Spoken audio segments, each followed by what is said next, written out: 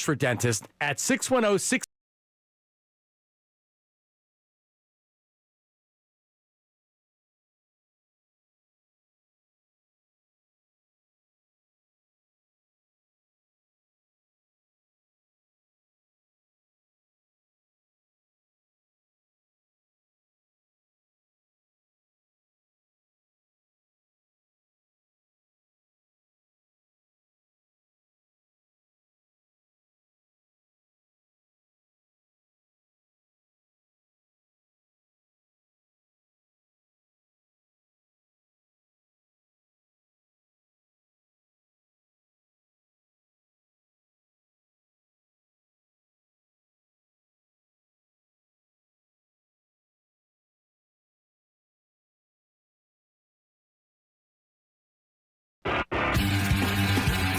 Now it's time to wake up. Kincade and Salciunas is on the air. Today's talk show for your morning drive. I'm not going to allow yesterday's game to totally change my judgment. I'll celebrate what they did. The Raiders thing. I'm not putting up with any disclaimers. They went out, they did every freaking thing you could ever have wanted them to do. Broadcasting live from the Comcast Business Studios. Here are your hosts, John Kincade and Andrew Salciunas. 97.5 The Fanatic and 97.5thefanatic.com. Ho, ho, ho.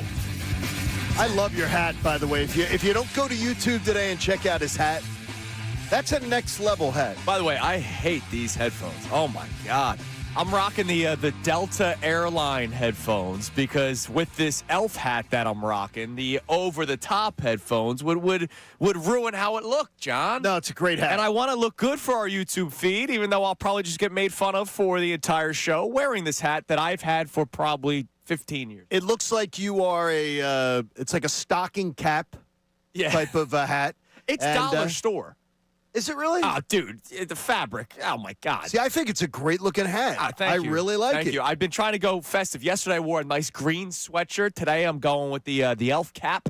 And then I'm going to start wearing some different things over the next couple of days as we get closer and closer to Christmas. 8 days away from the big day. Happy third night of Hanukkah for everyone who celebrates that last night. And now we get to talk about the Eagles now that we got the pleasantries out of the way.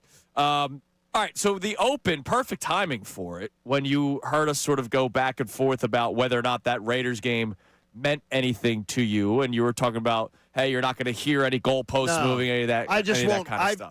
I've managed to do a pretty good job of ignoring. You just have to work with me. Yeah, well, no. I can't ignore you. Yeah, unfortunately for you. Especially with that hat on.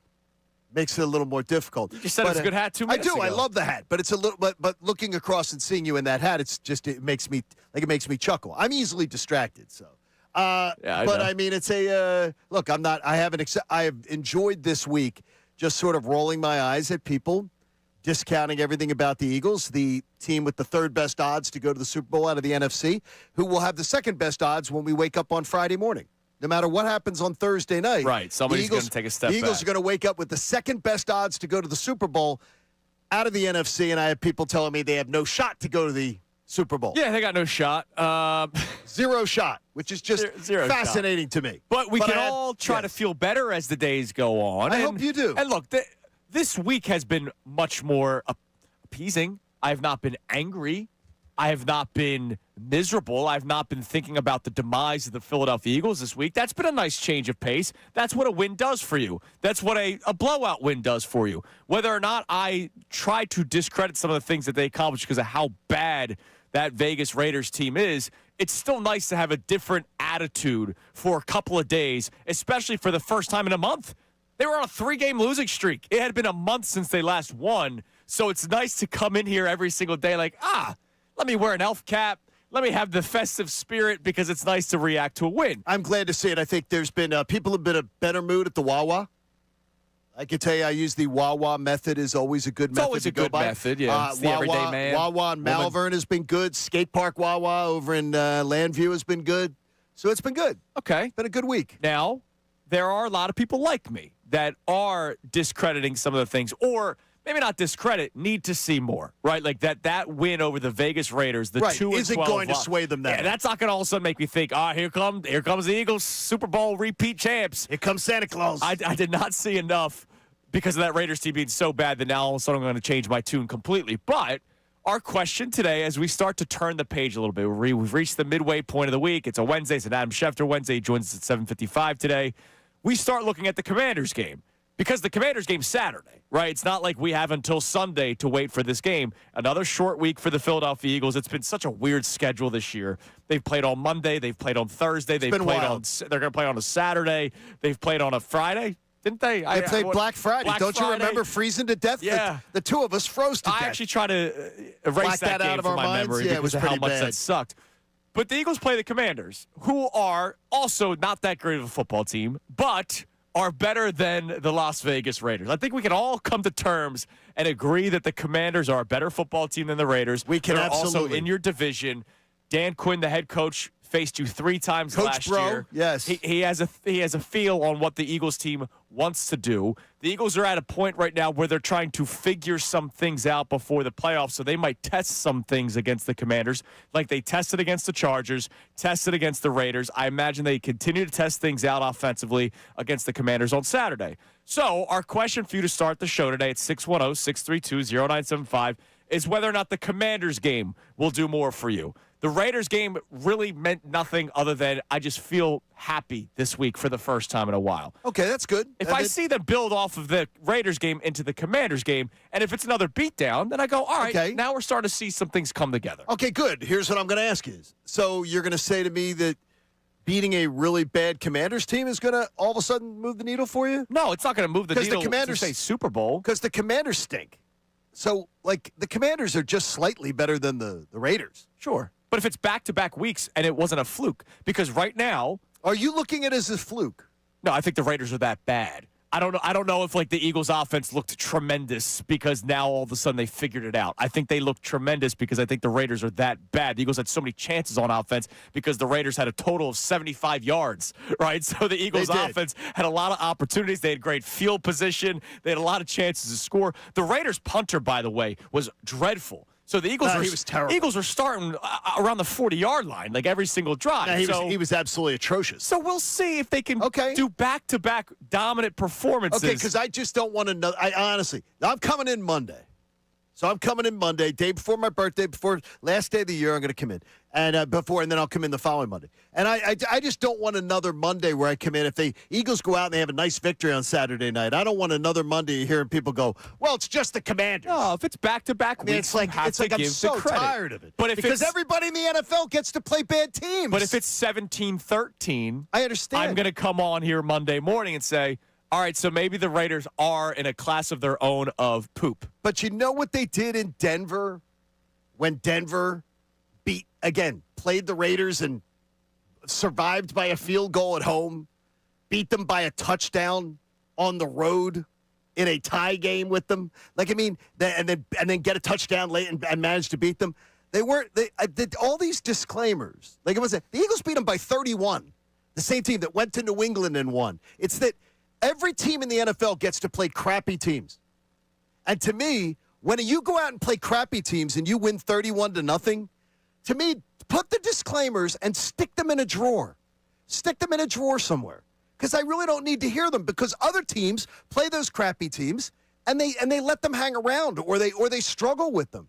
When the Eagles do something good, I've got to hear the detractors of the Eagles be willing to say, hey, okay, that was really exceptional. Because I've watched a lot of really, really good teams play these teams and struggle with them. Hell, the Eagles lost to a bad Giants team. Right. Terrible Giants Now, team. let me see them do it back-to-back weeks after losing 3 straight weeks, and we were miserable even after the 2 wins prior to that 3-game losing streak. I need to see them start. No, I wasn't. Well, No, offensively. you were. Offensively. The thing is, I was thrilled. I was thrilled that they beat Detroit and Green Bay. Yeah, of I course. was thrilled because I was thrilled they won. Because nobody thought they were going to beat Detroit and Green Bay back-to-back. Nobody going into the season, nobody thought that was. Everybody was like, "Hey, split those games, and we'll be happy with it." It's just to me, this has been a constant season with the Eagles of moving the goalpost, and part of it has been the Eagles' inconsistent performance has added to that. But I think with the fan base, there's a lot of moving the goalpost. And Well, to me, it's infuriating. Let's see if those goalposts move again on Monday if they win on Saturday. Here was Dave Zangaro yesterday. He joined us on the show yesterday. Here he is talking about what the Eagles can build on after that win over the Raiders. I think we saw some of those concepts in this last game. Understand is something that has worked for them, especially in the run game. I think it's easier to marry the play action off of that. And then Jalen Hurts being a runner, being the +1 in the run game. It's something that, for whatever reason, they've been hesitant to do it all year. Hey, we're in December now. It's almost playoff time. They are a better offense when he is at least a threat to run the ball. So you kind of take the shrink wrap off of that, and you get ready for him to run the ball a little bit. And it doesn't have to be all the time. I understand if you're saying, well, he shouldn't be running on the last play of the third quarter up big.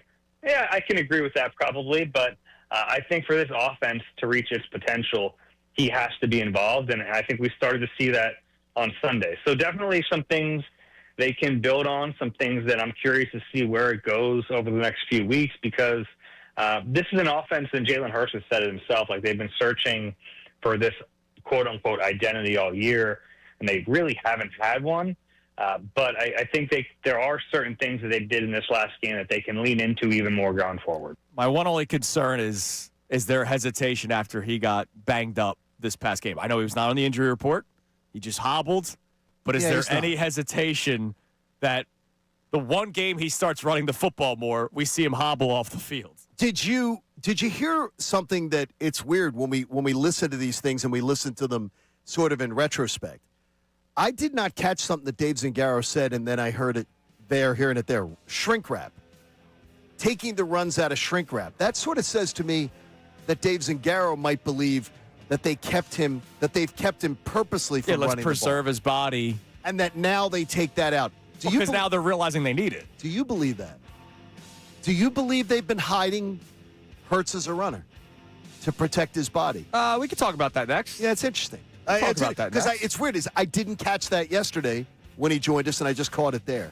Can the Commanders game do more for you? 610-632-0975. We'll react to what John just caught from Dave Zangaro. Also, improving the ground game is number one for me. To see the ground game going will change everything. If I see more of what I saw on Sunday, Saturday, I'll be happy. But yesterday, I loved and hated an answer from Nick Sirianni, John. Well, one answer I loved and hated. That happens. I'll try to make sense of that next. It's Kincade Salciunas, 97.5 The Fanatic. Whether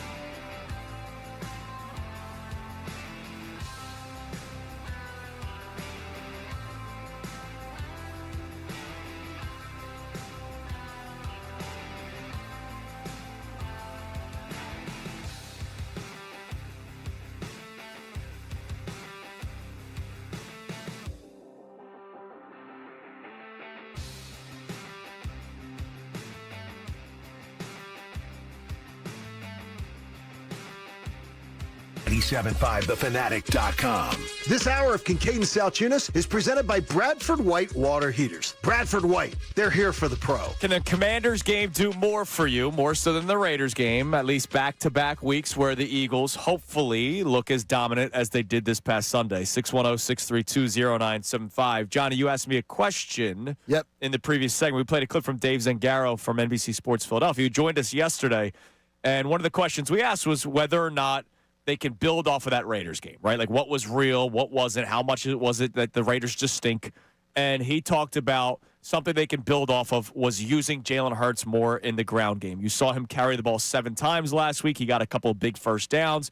And ultimately, that will just help Saquon Barkley out because defenses are going to have to be honest and try to – they have to figure out, all right, is Jalen going to keep it or is he actually going to give it to Saquon Barkley? And he says, take Jalen Hurts out of shrink wrap. So the running game out of shrink wrap, and it made me just question, does Dave, who is around them all the time and everything, his perception, I don't think I'm reading too much into it, is that they've been hiding that they've been holding that back. I've never felt that way. No, I haven't either. And if it is true, then you got some major hypocrites inside NovaCare. Because the reports don't just come out of nowhere. There's strategy behind some reports that come out. The leaks from inside the house when, hey, we've been told that Jalen doesn't want to run the football anymore. Correct. So how could it be that Jalen doesn't want to run the football for like 2-3 weeks, that report's coming out, and now all of a sudden it's the Eagles are taking the shrink wrap off? Maybe it's Jalen. I mean, there was the report about him not listening as much. Maybe Jalen finally sat down with Nick Sirianni when Nick Sirianni became more involved with game planning. Leading up to that Chargers game, he was more involved with the game planning. Maybe he said to Jalen, look, we need you to run the football. We've kept you healthy up until this point. We're now mid-December. For us to get anything come playoff time, you need to be a factor. But we don't want to just all of a sudden do it round one. We need to start doing it now. And maybe for Jalen, being heard, I have a feeling he's one of those I need to be heard guys. Maybe. And I have no problem with that, by the way. When someone's a Super Bowl, Super Bowl MVP and they're the highest paid employee and everything, I have no problem with it. But I have a feeling he's one of those guys. He wants Nick Sirianni to hear him. Not only does he want to be heard, he doesn't want to be hurt, maybe. I mean, every year. Which one do you think more? Do you think he wants say more, or do you think he craves the health more? Probably the health for long-term stability of his career, right? We all we got to think of ourselves sometimes, right? Sure, so absolutely. He's probably because these teams aren't looking out. No, they're not looking out for the athletes the same way. But I think with quarterbacks, they usually do. No, they try. But the way Jalen plays, he needs to run the football, and he missed 2 games last year. He missed 2 games in 2022. Missed 2 games in 2021. 2023 was the only season in which he played all 17 games. But remember, he was dealing with a knee injury. He was. In 2023 that mysteriously disappeared. We never heard about a procedure. Nothing ended up. Hey, remember that? That offseason, we were all every day waiting to hear Schefter report that Jalen Hurts got surgery. Not a major surgery, but a cleanup of some sort. Never happened. It healed. But I wonder if part of it was, hey, I've been banged up in 3 of the 4 years as a starter here in Philadelphia. I want to make sure that I'm not banged up, especially when it's happened. It's happened late in the season every single day. And it has. It has. Look, Jalen Hurts has earned the right to want a little say in how he's played, how he's protected, and everything like that. And believe me, every franchise quarterback has a lot to say. Oh, yeah, absolutely. Now, Sirianni yesterday was asked about the ground game because they were under center more. We all saw it. Distinctly. We all saw it with our eyes that they were under center more against the Raiders on Sunday. He was asked about it. He spoke on it, and I loved and hated the answer at the same time. We've predominantly been a shotgun run team here. And, I think in 22 we led the NFL in rushing, and in 24 we led the NFL in rushing. So 2 out of these last 4 years there's not just one way to do things, right? And then there's under center thought process, right? And so I don't want to get too much into scheme or saying, hey, this is why we do this. Like, I don't think that's good for business either. But there's reasons why you get in the gun, and there's reasons you get under center. And there's multiple ways to do different things. Like, I think I probably didn't learn that until middle of my career so far of it been like, what I used to think is like, whatever I think, and then whatever I'm sold on is this. And it's like, no, there's many different ways to accomplish things. I think that just comes with time and with wisdom of, there's a lot of different ways to be a successful offense. Can you guess the two things I hated and the one I love? Well, he says one thing about that to me that I caught was we've been a predominantly run shotgun team since I've been here. I remember how much honestly the RPO is what created so much success in this run game. Yeah. And that's not all out of the shotgun. What is he talking about? Yeah, that was one of the things What's he talking about? It almost felt like a let me dunk on you guys and it doesn't thing. But it didn't make sense. The other one, the not good for business. Like, you didn't invent football, bro. Like nobody, I got to tell you this. There are no, like Sean McVay, Matt LaFleur, Kyle Shanahan, the three biggest coaches in the NFC, who are all greater offensive minds than Nick Sirianni by miles, are not listening to his press conferences going, let's see what we can decipher. Yeah, no, that's not happening. Let's break the code. But what I Sirianni. loved was the honesty from Sirianni, where he does say, it took me some time to learn. Love that answer, too. This is what I've been doing. This is what works. And that goes back to what I complained about after the 2022 season when he told Jeff McClain, hey, it's not about changing the offense. It's about just improving upon what you already do. That's a stupid way of thinking. I love because defenses are going to figure out what you did and try to stop you. I love that answer. Love that Nick Sirianni admitted, hey, there was a time in my career where I thought I knew everything. And now I'm learning. Now, hopefully, they do more under center because there is a clear path to this is why it started working all of a sudden. Not to mention, check out Jalen's passing numbers under center this year. They are decidedly better. We don't have when to he's do under not center. good for business. If it works, it works. If it doesn't, it doesn't. All right, coming up next. Not that I don't love talking Eagles every second of every day. We have two teams that we must discuss today. One, I'm miserable with. One, I'm thrilled about. It's Kincade Salciunas, 97.5 The Fanatic. My friends Dan White and Associates, I tell you about them all the time, and a lot of people wonder, well, what is it that they actually do? Well, if you've never heard about Dan White and Associates, they specialize in retirement and financial planning. So whether you are somebody just starting out or whether you're somebody who is heading down the road towards retirement and you want to have your retirement plan stress tested because the last thing you want to do is retire and then realize, hey, I don't have the money to live the lifestyle that I thought I was going to be able to live. Because finances in retirement can be a really, really difficult topic to be discussing with people, but not with Dan White and Associates. They have a great, great team that's going to make you really comfortable having these conversations. They have offices in Glen Mills, PA, Middletown, Delaware, and Lewis, Delaware, and they host these educational seminars where you can attend for free. And by the way, many times you can get a really great meal, too. And you can go and you can listen. And all you can do is be a passive listener. Listen to what they have to say. You can find out the kind of things that they do for their clients. And then you can schedule your own complimentary, no-risk consultation. You have a meeting with them. You talk about your financial situation. And then you could privately have the conversations that maybe you're not comfortable talking about. And I promise you, once you have them, it's like a weight's lifted off your shoulder because each client's unique needs are addressed individually. So you're feeling like you're getting heard, sort of like Jalen Hurts back there. Hey, DanWhiteandAssociates.com. Check them out. They've been in business for almost 4 decades. Why? Because they give people peace of mind. Visit DanWhiteandAssociates.com and tell them John Kincade sent you in.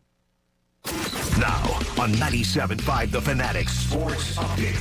Jalen Hurts not on the injury report. I'm Sean Rodman, and Jalen Hurts appeared to get banged up in the second half of Sunday's game against the Raiders. Hurts stayed in the game and delivered a touchdown pass to A.J. Brown.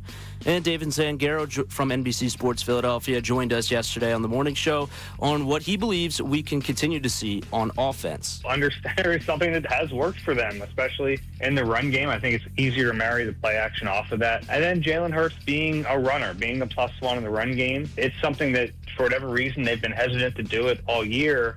Tuesday's practice was an estimation, but Jalen Hurts is not on the injury report at the start of the week. Saquon Barkley, Jalen Carter, Landon Dickerson, Lane Johnson, and Fred Johnson were all non-participants, although yesterday's practice was an estimation.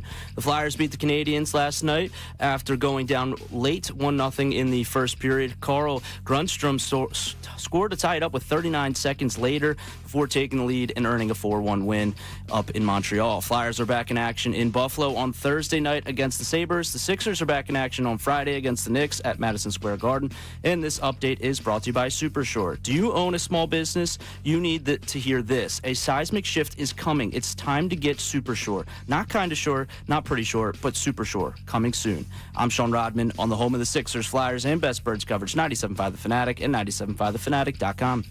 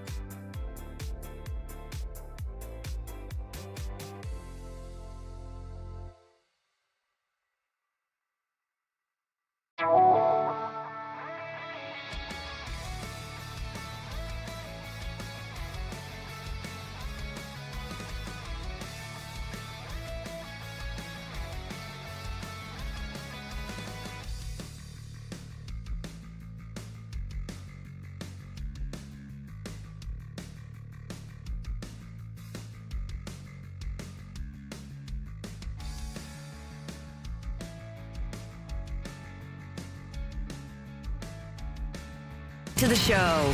It is 6:29 here on Kincade Salciunas 97.5 The Fanatic on this Wednesday morning. Adam Schefter joins us at 7:55. 1 hour from now, Name That Caroler Day 3, where a member of The Fanatic will sing a Christmas tune. And today's 7:30 prize will be the pair of tickets for the Flyers-Ducks game, January 6th, where you will be sitting in a suite. And man, have the Flyers been sweet, Johnny. Flyers win again last night, 4-1. They go down 1-0 in the first period, fire right back, and then they go on and they score 4 unanswered goals total, but 3 more goals after that. Dan Villadar, another incredible day, 21 saves on 22 attempts. I go back. He's just been tremendous. I go back to the summer when big-time NHL analysts listed the Dan Vladar signing by Danny Briere as one of the worst.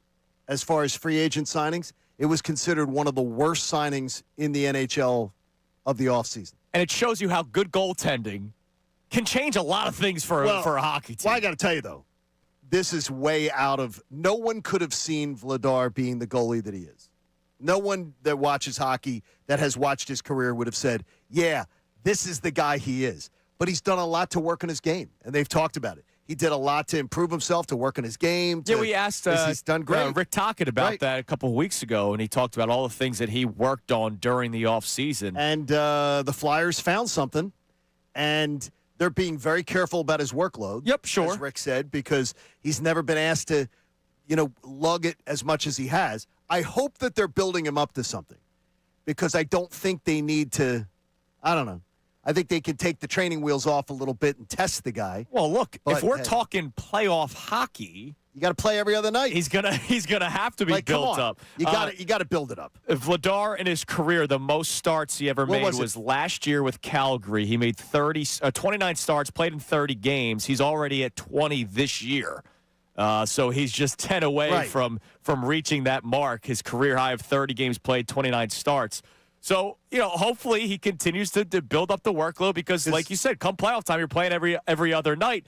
And the Flyers right now are a team where we got to start thinking about April. Well, they have 40 points. And to tell you where they're at, and Bill put out a tweet last night after the game, they're 11 games ahead of last year's pace. It's amazing. As far as getting to 40 points.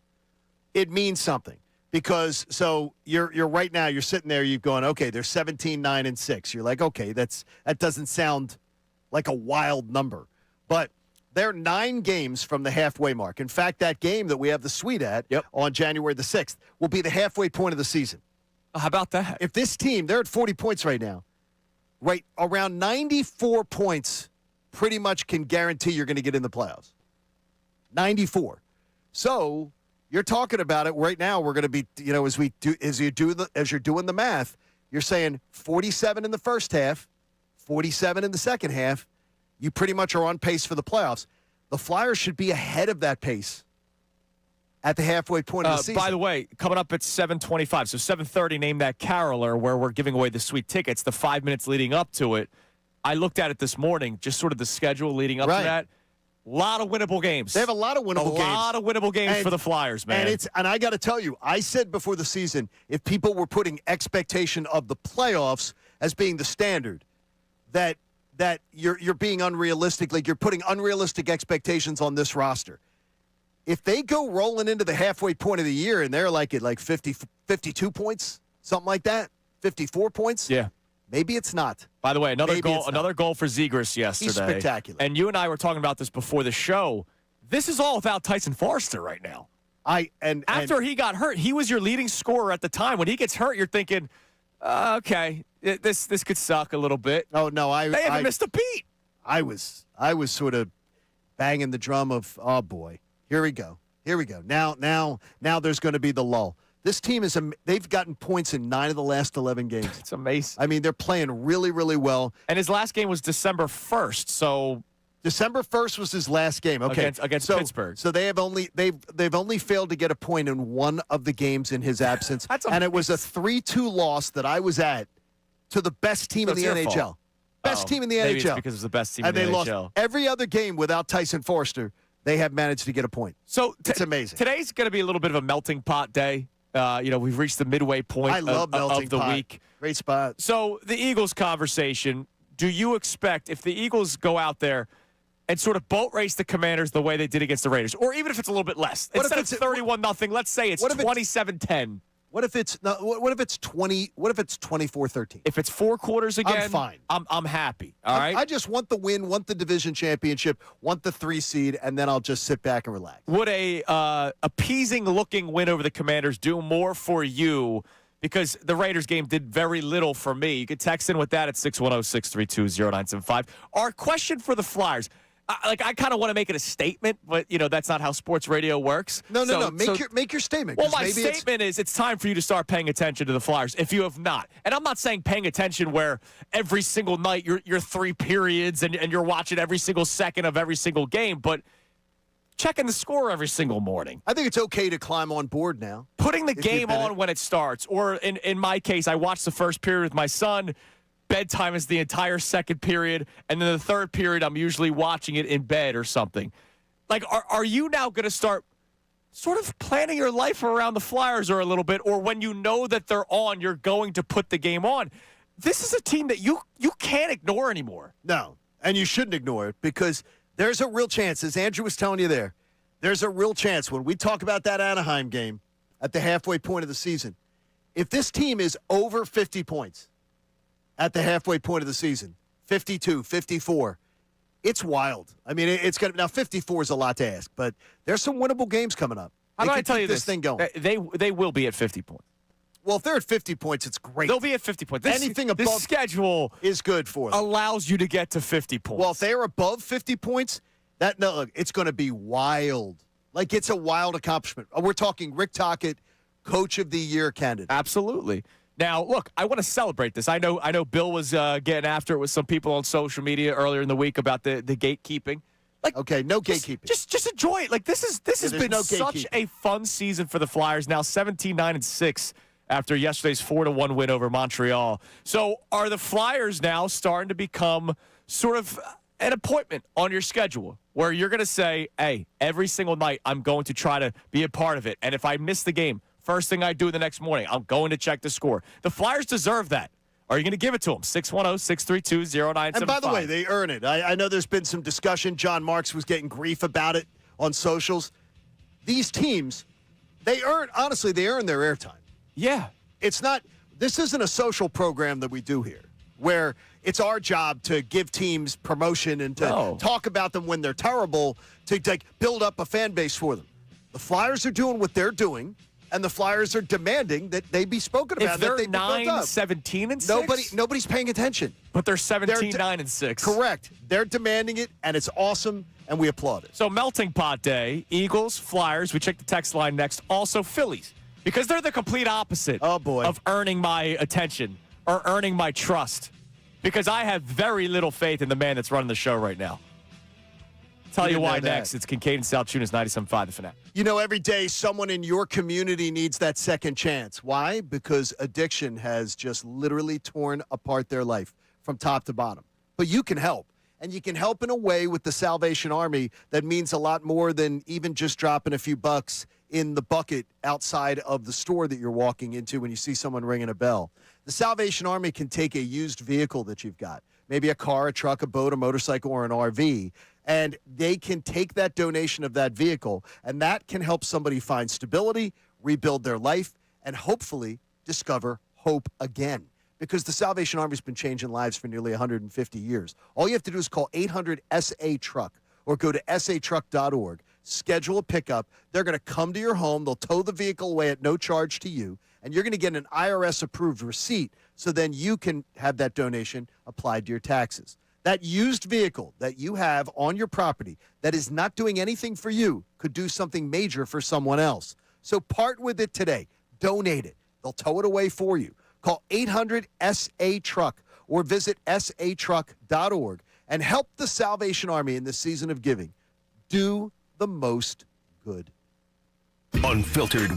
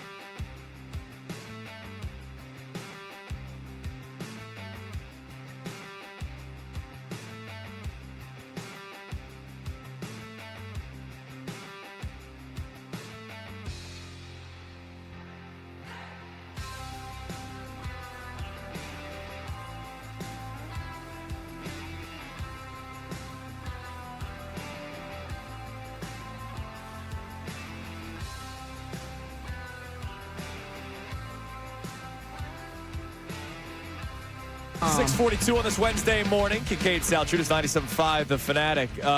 Early in the show, obviously, there was some of our YouTube members commenting on the elf hat that I'm rocking today. If you don't watch the show on YouTube, you can always check it out. Just search 97.5 The Fanatic on YouTube, click the live stream button, and boom, you find us. And, the rest of this week and early parts of next week, I'm going to try be a little more festive on the YouTube feed. Remember, I was anti-Halloween. So a lot of people were upset that I wasn't getting dressed up for Halloween. So I'm going to show some more festive spirit for Christmas. Mopar chimes in, what the fresh hell? Is that hat Lithuanian? No, this hat is Family Dollar. I love that hat. It is Dollar General. By the way, I love the hat. It looks very scratchy to me. It is scratchy. It looks like it would be scratchy as hell. MBD follows up by saying, looks like Chunas retired from Santa's workshop 14 years ago and has done nothing but drink Bud Light ever since. Pretty close. Now it's Miller Lite or Corona because of my friends at Corona. There we go. But, yeah, you're pretty spot on. You drank some Coronas. That's always good. All right. That's good. The Phillies. Do we have the audio from Dave Dombrowski? Sean Rodman producing the show today. What's Sean, up, Rodmania? Good morning. Yes, we do. Connor off today. Connor will be back just tomorrow, one-day respite. Here was Dave Dombrowski yesterday. So he had, media availability because the Phillies signed Adolis Garcia or Adolis Garcia. It's going to change 75 times before opening day. And he sat down. It was Dombrowski, Garcia, Topper, and they talked about what's next if there is a next. Basically, I think with the signing here, we look at him as being our right fielder. And then we're in a position where they pretty well set out there because with Justin Crawford being able to play center or left, Brandon Marsh the other, mixed in with a little bit of, Otto Kemp out there, Rojas as a backup in center field too, that, and then Rincona's coming, that we feel very good. I think that a lot of people look at it, they're unsure, but if you're going to give Crawford an opportunity, you've got to give it to him. Hey, I am unsure, Dave. Let's unpack this. So first and foremost, let's start off with, yes, Crawford should play every single day. Wanted this to happen last year, but he should play every single day. And so you're bringing up a guy who's never played at the major league level. Who's never played at the major league level. And you're giving him the center field job. Well, which is fine. I'm fine with him. Wait. I'm fine with him playing every single day. Okay, so you're just going to pencil in a guy as your starting center fielder who has never even had an at-bat at the major league level for a team that's expected to win the World Series. Well, you're not going to platoon him. Okay, but you got to give him every day. You have not even seen him at the major league level. You don't know if he can hit at this level because you were afraid to bring him up last year for some reason. They didn't want to bring him up because he wasn't going to play every single day. At least that's what they tried telling you whenever because he did you the media. wouldn't take at bats away from other people. You wouldn't take bats away from other people that you brought up and everything like that you paid money But I wanted him to come up last year and play because I thought they needed a spark. So did I. And so I'm fine with him coming up and being your everyday center fielder. Okay. But here's the deal. Is that something? No, I'm asking the question, though. Is that something that a team that is serious about winning the World Series says, we're doing this, and that is the centerpiece of our outfield? They can be if left and right field makes sense with it. Okay, tell me what it does. It doesn't make sense. Correct.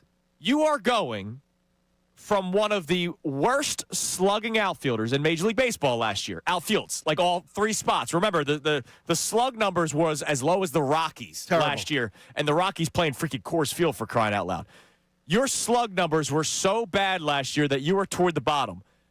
You're going to try to fix that by being one of the worst slugging outfields again this year because Justin Crawford will not hit for power, and that's fine. If one of your three guys, like Michael Harris with the Braves, you're not asking him to hit power. You're asking him to get on base and play a tremendous center field. Right. And then you have the other corner outfielders that can swing and hit the ball pretty hard. Brandon Marsh isn't that. Adolis Garcia, unless he finds, whether you want to call it fountain of youth or find his swing again, it's been 2 years since he was really a slugging outfielder. You now have at least two pencil bats in the outfield, as my buddy Anthony used to always say, pencil bats, and a guy that you're hoping finds something from years ago, which, by the way, that's exactly what you did with Max Kepler last year. You hoped that Max Kepler found something from 5 years previous. That's why I would always rag on Connor whenever, come on, man, he had power back in the day. Back in the day, he does nothing for me. I don't understand this plan at all. I truly don't get it. And I don't understand those who will blindly buy into it. And yesterday, I was losing my mind hearing Connor and Dylan over pizza just being like, okay with this plan. Like, I think people want the Phillies to be good and want to believe that this plan's going to work out, that there's some other shoe to drop. That there's these other moves are coming. These like big moves are coming. Yeah, he just told you they're not doing anything else in the outfield. So the Phillies outfield is going to stink. By Major League standards, the Phillies outfield stinks. Yeah. By Major League standards, let alone World Series contender standards, it's a stinky outfield. And then now your starting rotation is the worst you will go into you're going to go into the season with right now as it stands on December the 17th. It is the worst you're going into since 2020. I don't know, 2020? Sure. So that's bad. And you've got Bohm on an expiring contract. Who knows if he's going to handle the pressure well, unless you get somebody to take him off your hands and you change things up. You're going to go with Stott, who you know is not an everyday player. I mean, I don't understand. I don't. And then they're begging JT Realmuto to come back. You're sitting here begging, oh, JT, please come back. Please come back. Please come back. You're begging this guy to come back who's been here since, 2019? Yes, he's been here for a while. 2018, whatever it is. Look, I'm so done with this offseason plan, and they have done nothing but this team has taken a step back, a significant step back. I'm going to say it again and again and again and again and again and again and again and again. Where's this Otto Kemp love coming from? Oh, my gosh. We feel like we got a pretty good piece in Otto. What piece? What are they talking about? Well, look, it was a nice story last year when he came up at the age of 37. It was like the 33-year-old rookie all over again. I know, I'm exaggerating a bit. He's in his late 20s. They got Otto Kemp. I think is he in late 20s or mid 20s?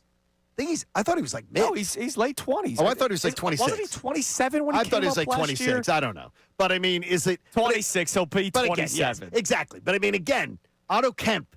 Stop. Yeah, where's this? You refused to call him up, and now all of a sudden he's the shining light for the Phillies. You're telling me Otto Kemp and Weston Wilson, and these are the names that I'm supposed to then buy into again? Stop it. The Wasp Nest on YouTube saying, stop with the fake outrage over the Phillies outfield. Are you happy with what they have? What do you mean fake outrage? Now, he said that there's other issues, right? Like JT and all that kind of stuff. Well, no, there are. And but I mentioned that. I can be upset with one position and another position at the same time. It's okay. My brain works in different ways. I can think of two things at once. Hey, fake outrage.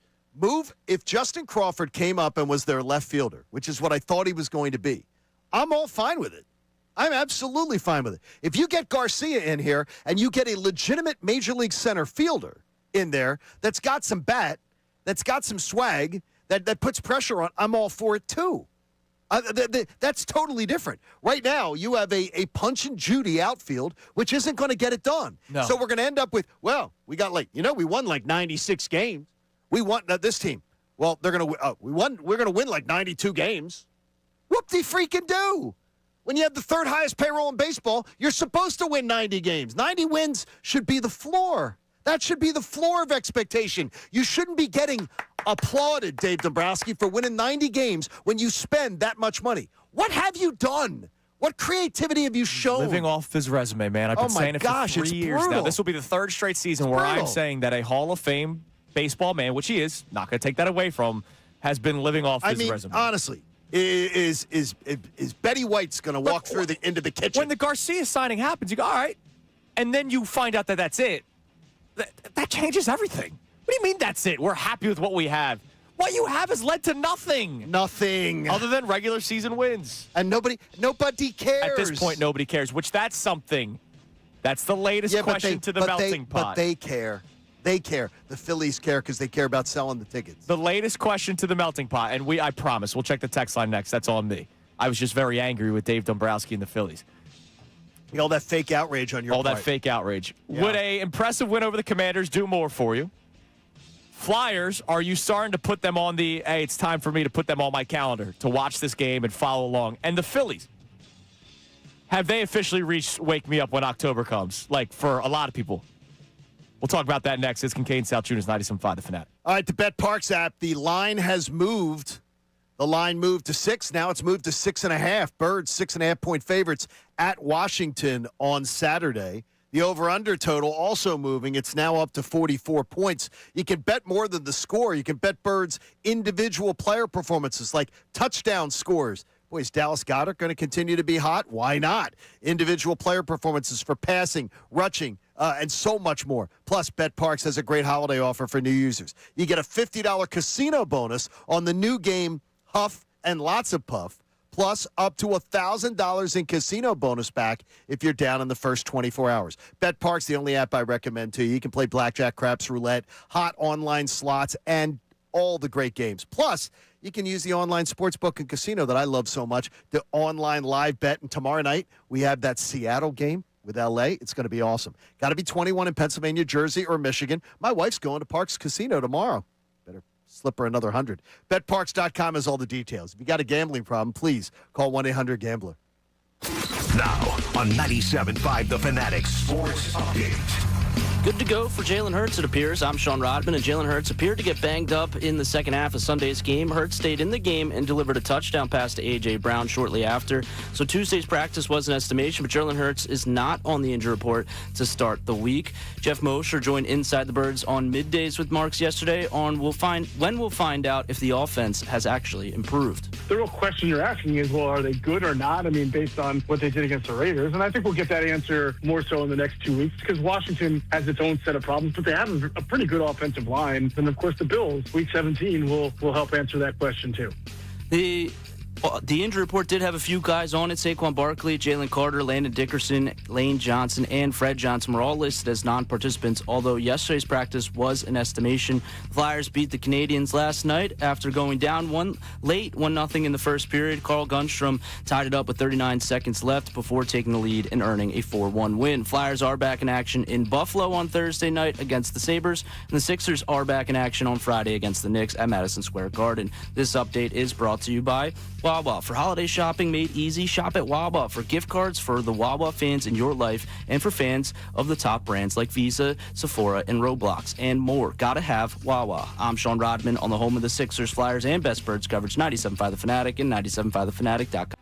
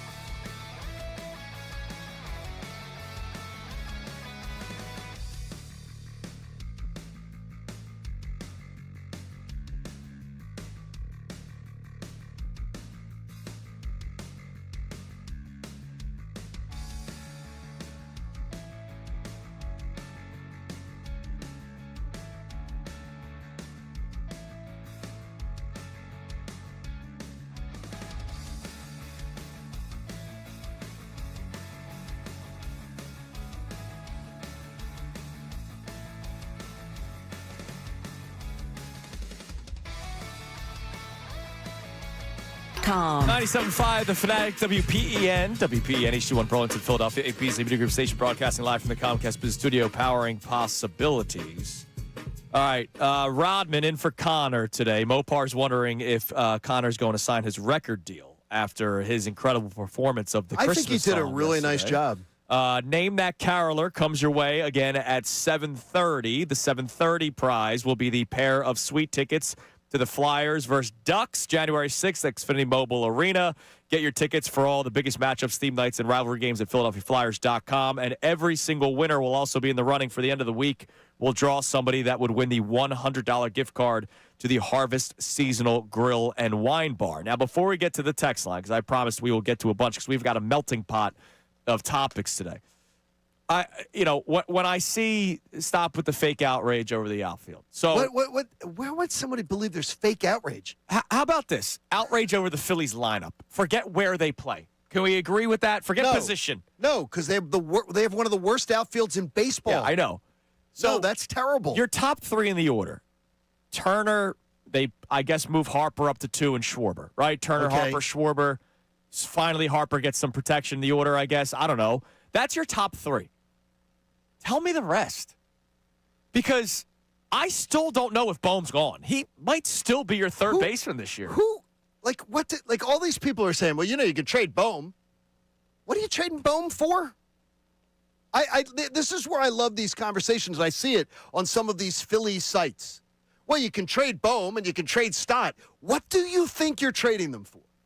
I just want to hear, what kind of return do you think you're going to get? Yeah, you're not going to get anything. Do you think you're getting a starting pitcher? I think, honestly, a bullpen arm, maybe. Right, the bullpen arm, and I think the biggest move would be, all right, you move on from him, and it's a change of scenery. It's one of those, everybody's done with this. I think you could get a bullpen arm for him.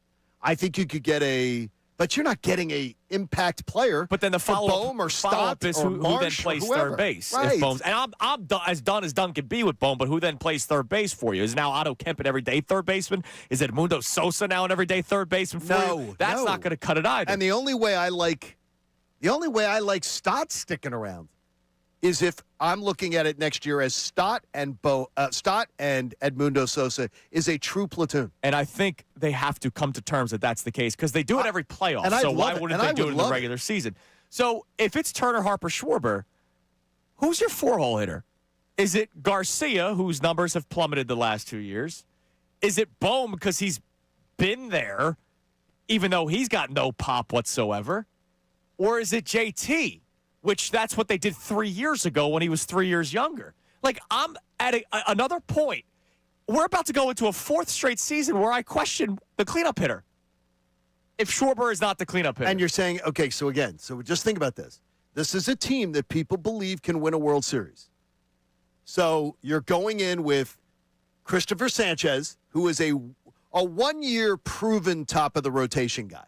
1 year as a proven. Yeah, I think he's still going to be very good.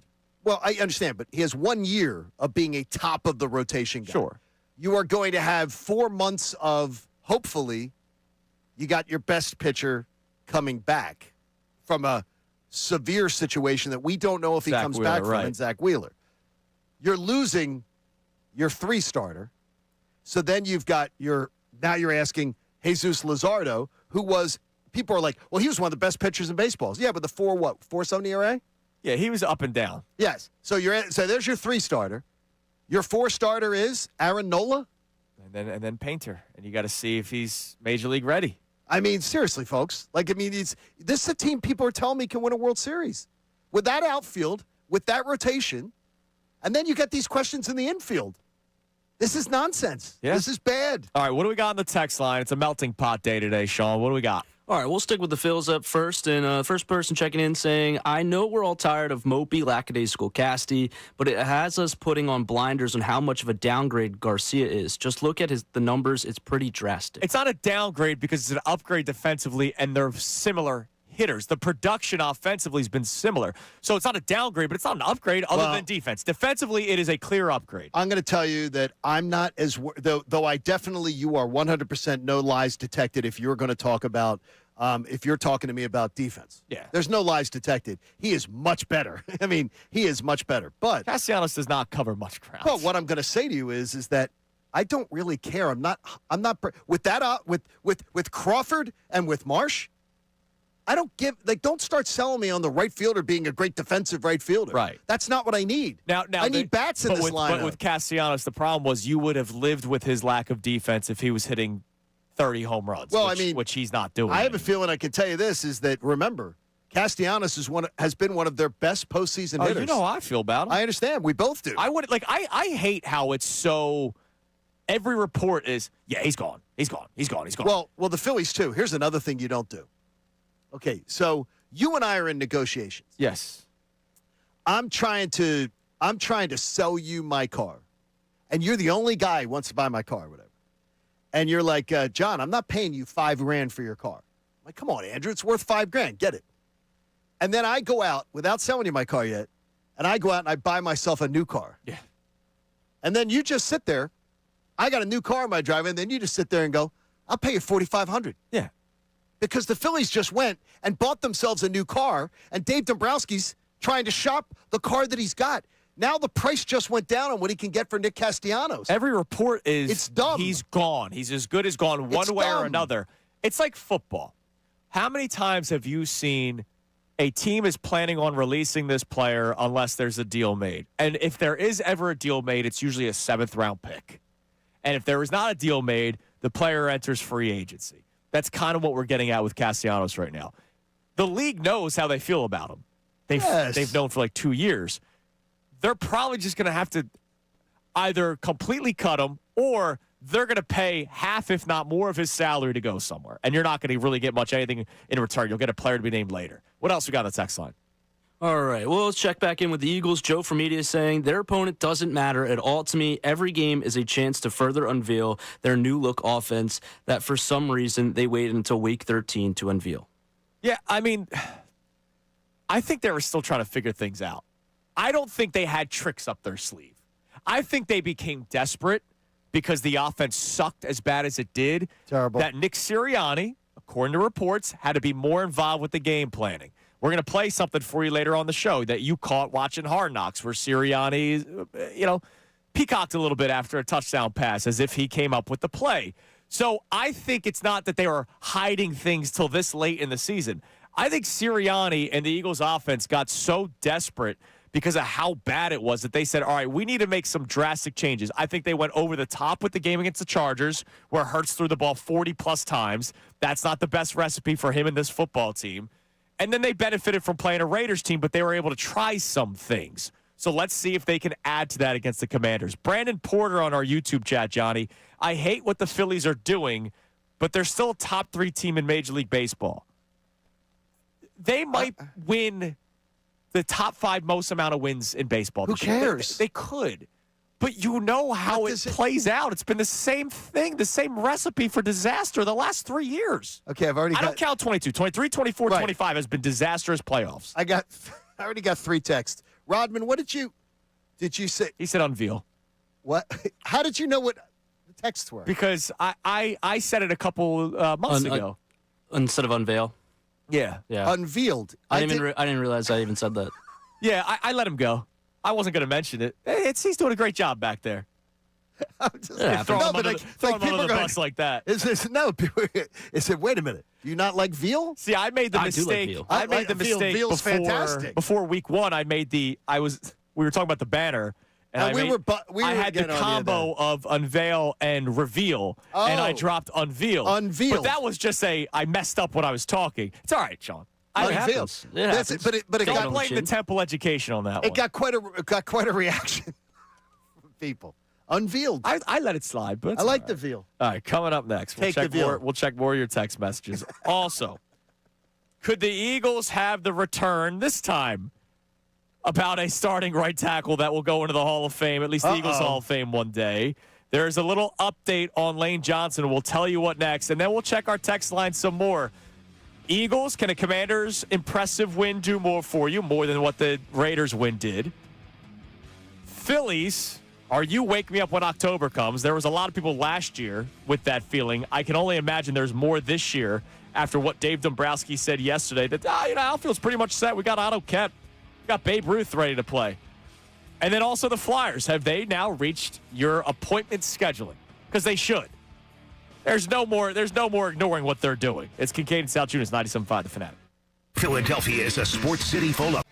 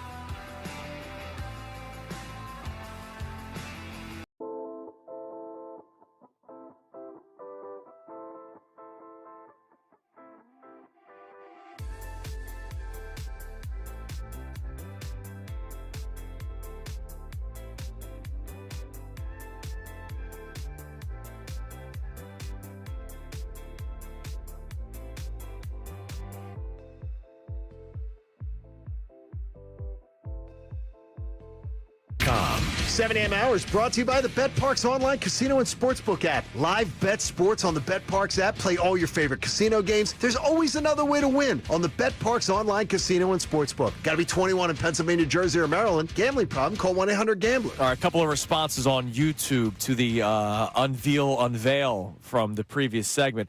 Sean, you've reached a very respectful point in life.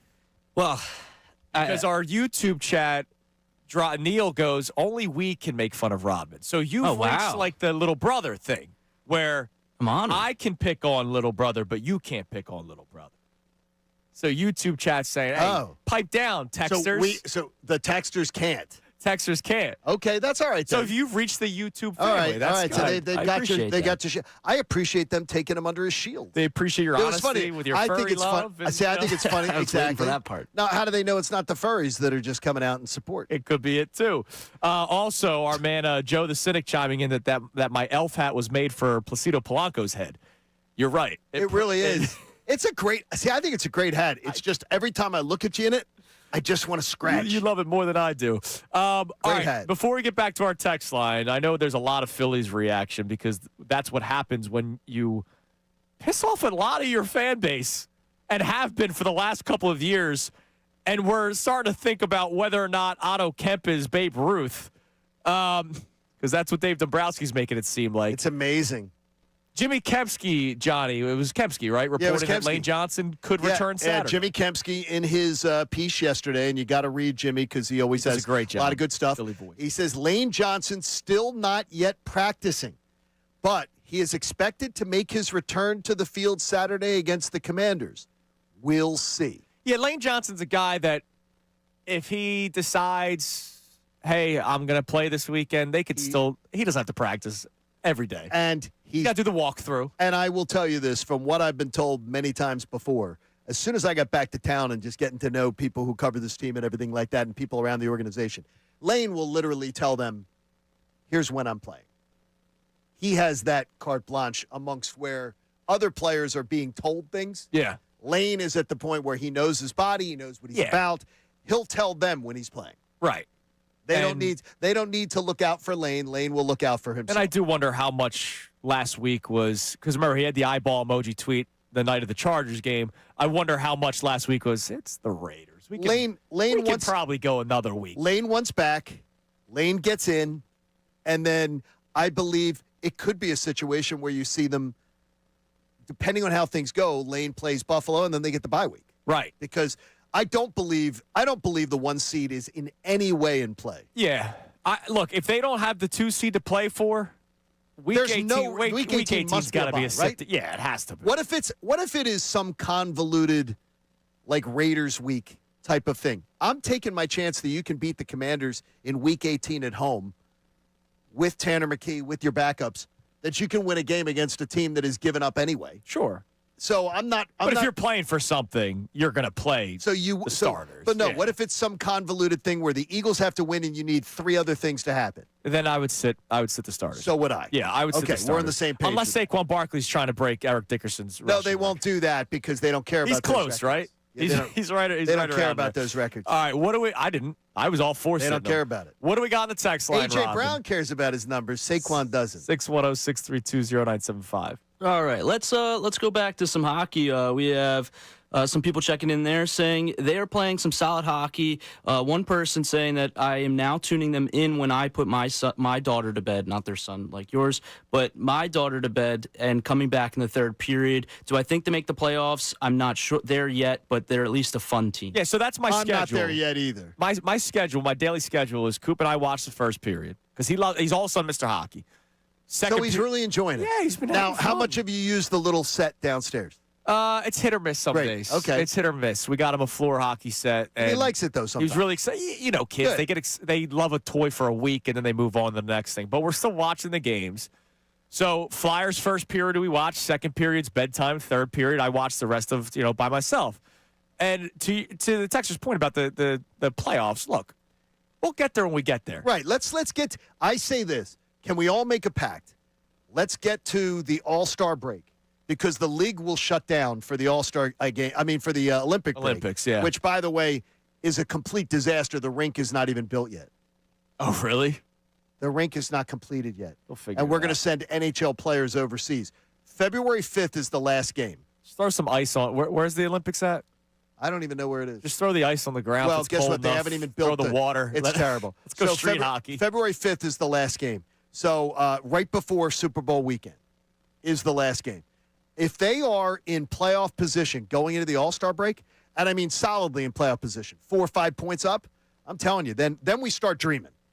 Then we really start dreaming about it. There's a lot to go. Let's see how they play. By the way, the Olympics are in Italy. So Milan, and also, I've never heard of this location, Cortina. I've never heard of it either. D'Ampezzo. Well, I can tell you this. Too many people are taking long lunch breaks because that hockey arena, it's a disgrace. Yeah, that's and by the way, that's got to get figured out real quick. And by the way, the ice length is not even correct. Is off by like the length of the ice surface is even off. They'll figure it out. They can't even measure. I have all the faith in the world. Come on, Italy. Can't just add more ice? What else you got I don't on know the that they text line, can. Rodman? All right, we'll go back to the Eagles. Renee and Fox Chase says, as long as they win and it looks like it did on Sunday, I will be even more optimistic. Yeah, look, if they put together 2 straight weeks where they look, I'm not going to say, hey, shut out the Commanders and keep them to under 100 yards again. What if they keep the Commanders to 10 or less and the Eagles score 27 or more? That's good. As long as it's a 4. Look, defense. I have no right. defense. They can do whatever but the hell they want. you get another great defensive performance, and the offense puts up like 27 or more. Yeah, you can put together another 4-quarter performance. So we start. All right. Okay, I don't want you to answer me now, but I honestly don't want to hear from you like Sunday. We'll just trade a little. We'll trade our usual the little texts. But I don't want to hear. Saturday. But no, Sunday because the game's Saturday. But after the game, I don't want to hear from you. Because I just want to hear from you at 6 when that microphone opens on Monday, and I will be waiting for it. And I want to hear, because I want to hear from a lot of you how positions will potentially change. Will it move you? Because I want to know, will it move people? And that's what you're sort of asking. What will it see? What will we see? Because I expect that it should move some people. It should, and that's our Eagles topic today. It's 610-632-0975. Flyers topic, are they starting to earn your attention? They should have already, but are they starting to earn your attention where you're trying to follow along, watch as much as you can? And then the Phillies, are you waking up when October comes? By the way, Ron Davis, CPA, one of our fine listeners and one of our fine supporters of the AACR, he says you look like a young Dan Aykroyd from Trading Places. Thank you. I can see it. Thank you. There you go. I appreciate that. There we go. All right, coming up next. Flyers Suite tickets. Name that caroler day 3 here on Kincade Salciunas. You'll hear the latest Fanatic member sing a song. You have to tell us who it is.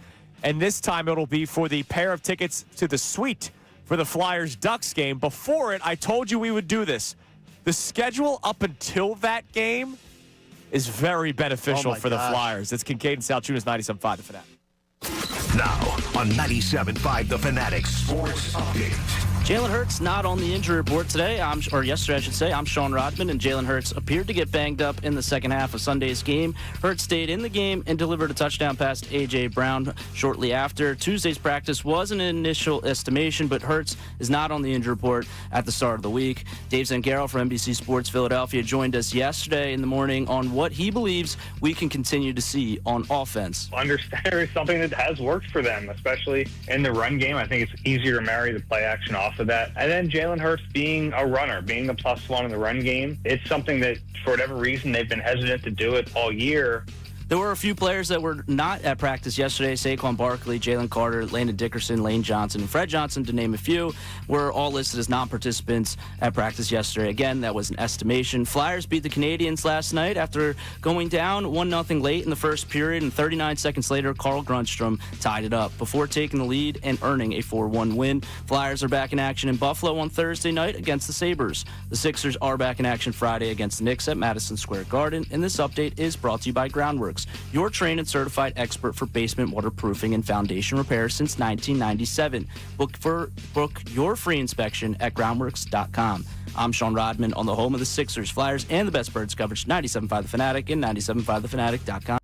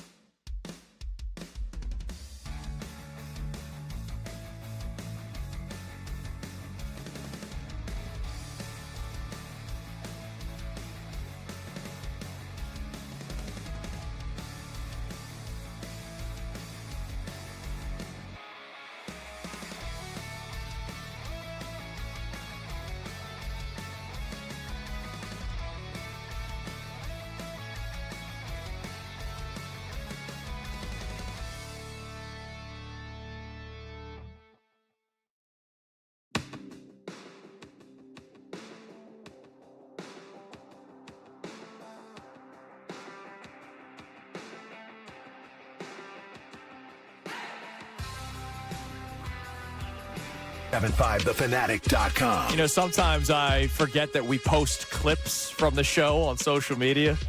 So Okay. I'm wearing the elf hat. Now, when people are watching on YouTube, I'm explaining myself. But when a clip is posted, there's going to be somebody that's just going to watch this clip of me wearing this hat and like, all right. I think it's a great hat, and I think you're very festive, and I think that it embraces Ho, ho, you. ho. It embraces you having fun. That's awesome. Or as Paulie said in Rocky, "Merry Christmas, yo, yo, yo." I know you love that. No, I love Rocky. I'm a little over You're over it. I got 50 you. years of just focusing our whole existence on it every single Oh, kickoff man. at an Eagles game. Well, man, hungry dogs run faster. Yeah, exactly. I'm like, it's like, okay, I was in fourth grade. All right. Okay, let's find something else. Coming up at 7:30, a couple minutes from now, we play Name That Caroler, which is something we've been doing every day this week, twice a day, 7:30 and 8:30, so that we give multiple people chances to win. This 7:30 prize will be the pair of sweet tickets for the Flyers-Ducks game on January 6th. So at 7:30, we'll play the song, and you will then tell us who the caroler is. But this is for the Flyers. And you were talking earlier about what if the Flyers, who are at 40 points currently. 40 points, and by the way, that is, again, 9 games ahead of last year's pace. Can they be at 50 points come the night of that game, which is January 6th? The end of that game. And it's amazing that you said that, because before this show started, I was about to tell you, hey, the Flyers could be at this position come that game. So you really want to try to win these tickets. So you're saying 18 possible points are available by the end of that game against Anaheim, which is the halfway point of the season. I There are think they 18 can get to possible 50. points. Well, there's only 10. I mean, honestly, I'm going to tell you right now, after looking at the schedule, if they go 5-4, I'm kind of actually disappointed. Yeah, if they only get 10 points, I'm going to be a little disappointed. I think 52 is absolutely minimum goal, which would put them on pace for 104 points, which would put them on average around 10 points ahead of playoff pace. I know other sports other than football, it's you don't really look at the schedule and, oh, man, look at this spot here, right? Because there's so many games. There's 82 games in hockey, 82 in basketball, 162 in baseball. But if you look ahead to January 6th, the Flyers play Buffalo tomorrow. They are the worst team in the Eastern Conference. They're horrible. Then they play the Rangers in New York, which you have said their home record's horrible. The Rangers are, how about this? The Rangers are the worst team at home in hockey. They're the worst team at home, but they are exceptional on the road. They're 12-5-1 on the road. They're 4-10-3 at home. They've only won 4 home games. They are the worst team in the NHL pretty much at home. All right, so you go from Buffalo to Buffalo, worst team in the East, to how about the Nucks? Who are the worst team in the Western Conference.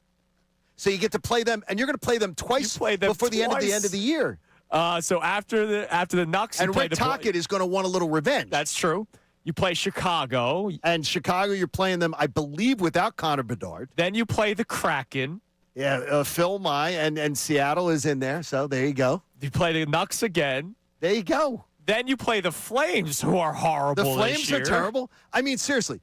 If they only and then you get Edmonton, which you go, Edmonton's going to be tough. Edmonton's going to be tough. But that's the game before the January 6th game that we're giving out the tickets to. If you play those 18 points, I'm telling you, I'm going to be disappointed if they aren't grabbing 12. If they don't grab 12, I'm going to be disappointed.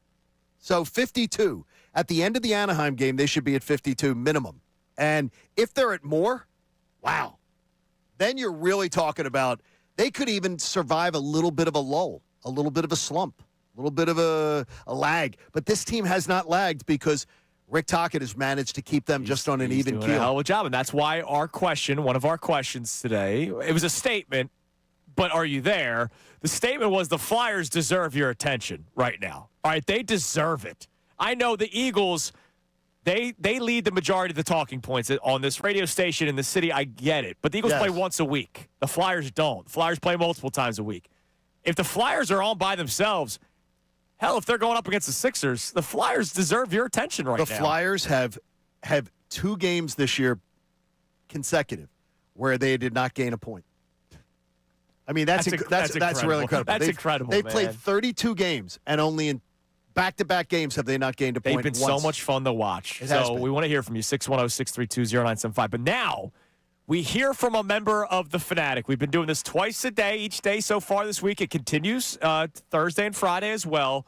We're doing something called Name That Caroler. So Sean Rodman, who's in for Connor today, is playing DJ. I don't know the two choices today. I have no idea.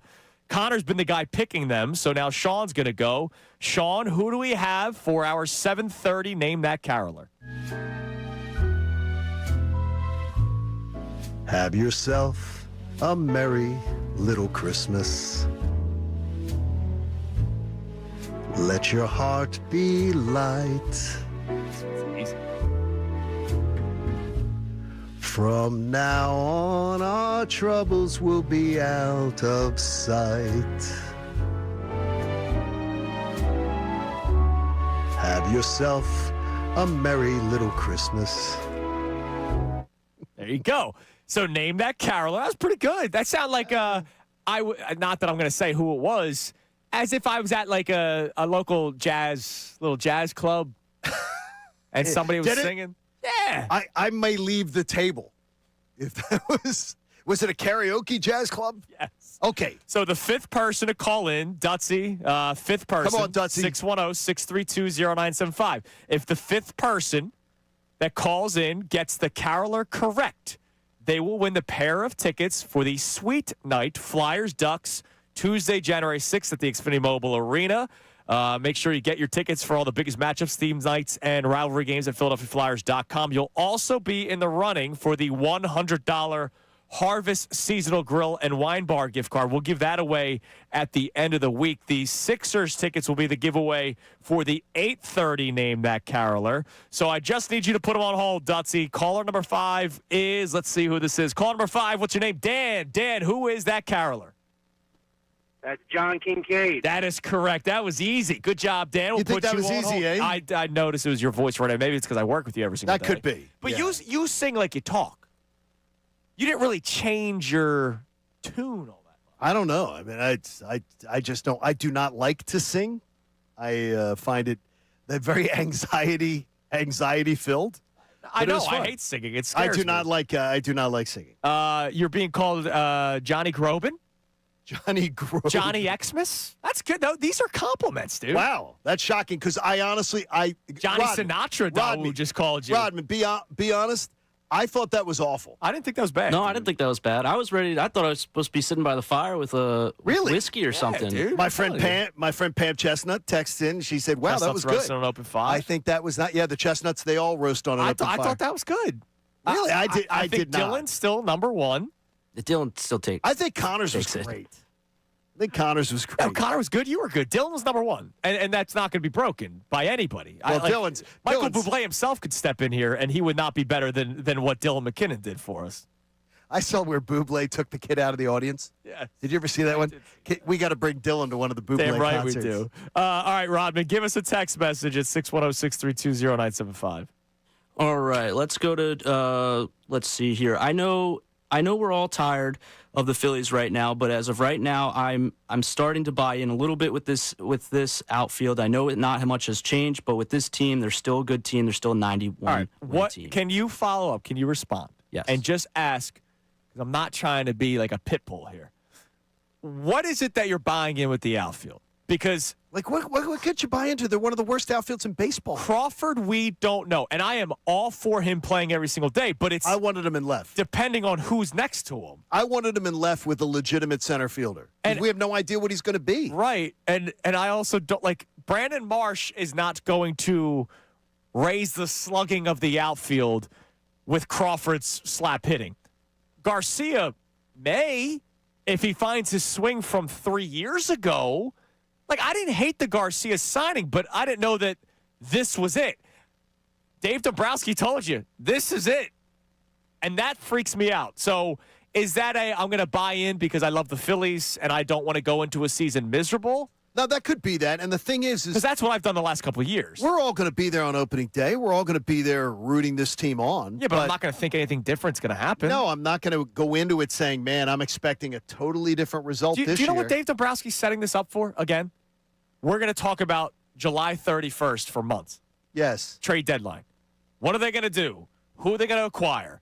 Who are they going to get that's going to better this outfield? Because that's been the same freaking talking point for 3 years now. Too much. It hasn't changed. It's the same thing. It's the same names thing. are different, but it's the same thing. It really is. Oh, God, boy. it bothers me. All right, don't forget, Name That Caroler comes your way again at 8:30. Good job, Johnny Xmas, Oh, jeez. on that one. And congratulations to Dan, who got the pair of tickets for the Flyers Sweet Night on January 6th. You'll also be the running for the Harvest Seasonal Wine Bar gift card. Adam Schefter will join us at 7:55. But before that, we'll stick within the ESPN family. What are baseball people saying about the signing of Adolis Garcia, Johnny? I'm sorry if you're somebody who is starting to buy into the outfield, as our last texter said, because this isn't going to help you. It's Kincade and Salciunas, 97.5, The Fanatic. You know, every day someone in your community needs your help because they need a second chance. They've been battling addiction, and they've seen their life, well, it's not on the right track. But you can help them because you've got something on your property that you're not even using. And there's a big chance that you could help with the help of the Salvation Army. You could donate a car, a truck, a boat, a motorcycle, or an RV that you're not using anymore, that you don't even use it. It's sitting on your property. You could donate it to the Salvation Army, and it's going to help someone else have a chance to rebuild their life, find stability, and rediscover hope. Your kindness continues to make that possible because they've been changing lives for nearly 150 years. And donating is simple. You call 800-SA-TRUCK, Salvation Army, or you go to satruck.org, schedule a pickup. They'll come right to your home. They'll tow the vehicle at no charge, and they'll give you an IRS-approved receipt that you can hand over to your tax professional.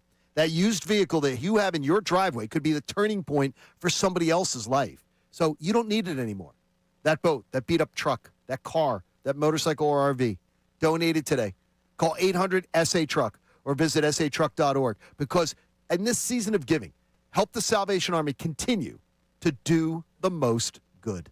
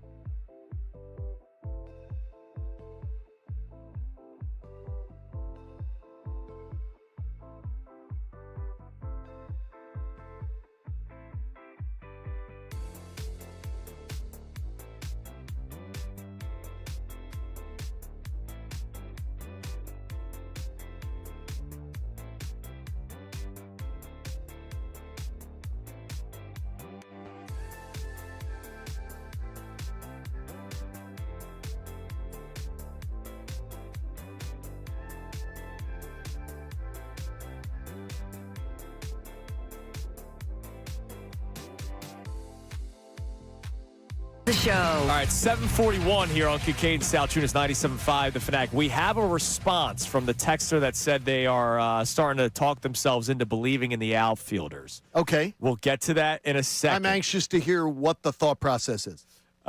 Real quick, did you see what happened to former Fire Festival performer Ja Rule earlier this week? Oh, I saw that. No, what happened? There was Not something bad, right? No. Good, there was a celebrity golf outing. And Ja Rule's in a celebrity golf outing? Yeah, maybe they're desperate. No, I mean I didn't know if he has a game or not. Because that's well, according to the swing that was caught on video, no, he did not. I don't blame him for this, Robin. So you saw it. I did, yes. I don't blame him. You know how if you're watching the Masters, the best golfers in the world, the people that are lined up. Oh no, it's bad. Yeah, but the golfers they're hitting it down the fairway. No, they do. Would you do that at a celebrity outing? Trust the golfers? I've had to do that. No, I played in celebrity pro-ams where I've had to do that, where you've played with pro golfers, where you've been in the pro-am where they have people that are lining the course watching you tee off. It is the scariest thing you could ever do because, first of all, you're afraid you're going to duff it and look like a total idiot. Yeah. Or you're afraid you're going to drill somebody. Well, you're talking about Ja Rule and what he did. How bad?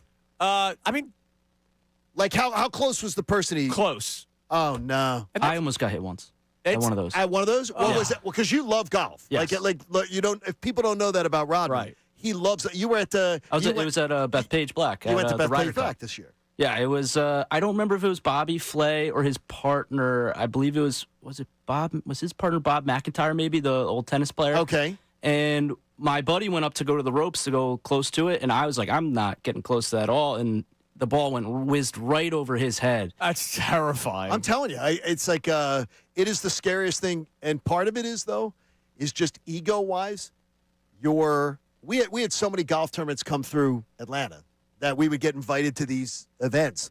They had a Chick-fil-A Coaches Classic every year, like that was in the off season so all the coaches would come through. So all the college coaches would come through.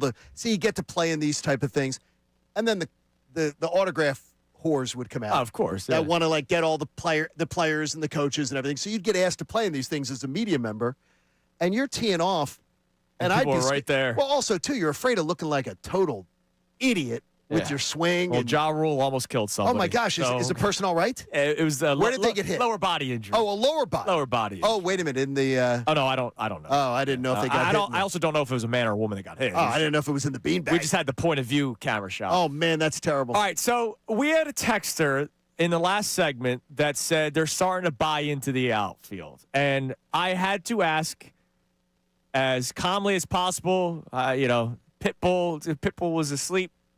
Like, what are you believing all of a sudden? So what did the texter follow up with? All right. I believe that Adolis Garcia can get back to the 39 home runs just a couple years ago. He's in a shorter ballpark that is home run friendly, and Justin Crawford can bring some energy to the outfield as well in this team. So he's getting back to 39 home runs? Yeah, 39 is a stretch. No. Let's get to 25. Let's start there. No, I fully expect the 25 with this lineup and the protection that he should have in it. Right. I think he's going to get to 25. And I said earlier this week to the texter's point, Texas is not a home run hitter ballpark. And so the fact that he did put up those numbers playing for the Rangers tells me, all right, that guy's got legitimate power. Can it carry over to a much more hitter-friendly ballpark? We'll see. Where hitting season doesn't start till June. It's the only city in the world where that happens. And then the Crawford, the energy thing, I was hoping for that midway through the season last year because they needed a jolt of energy. So we're now going into this year, and I'm fine with him being considered the everyday starting outfielder. It's his job to lose, I saw somebody say. Then, oh, no, that's not what they said. That's not what Dave Dombrowski said. Well, he said it's set, man. He said it's set. He didn't say it's Justin Crawford's job to lose. No, he said it's set. He said it's set. So, in other words, a guy you didn't even want to give a shot last year, didn't even give a cup of coffee to, you're now just going to pencil him in as your starting center fielder. Yeah. When even people around baseball that have studied this guy have said, yeah, he's more of a, you would think he's more of a, would be a really, really strong left fielder. He'd be a force. Like, that'd be a great force left fielder. What can you do? So ESPN has been grading every signing so far. So these are people that cover Major League Baseball inside and out. Bradford Doolittle and David Schoenfield. Those two names, I like David Schoenfield. Doolittle and Schoenfield could sound like a bad law firm. Or like a bad cop sitcom. Yeah, that could be. Well, I don't like. I would want Doolittle and Schoenfield. See, I'd want to hire Do a Lot.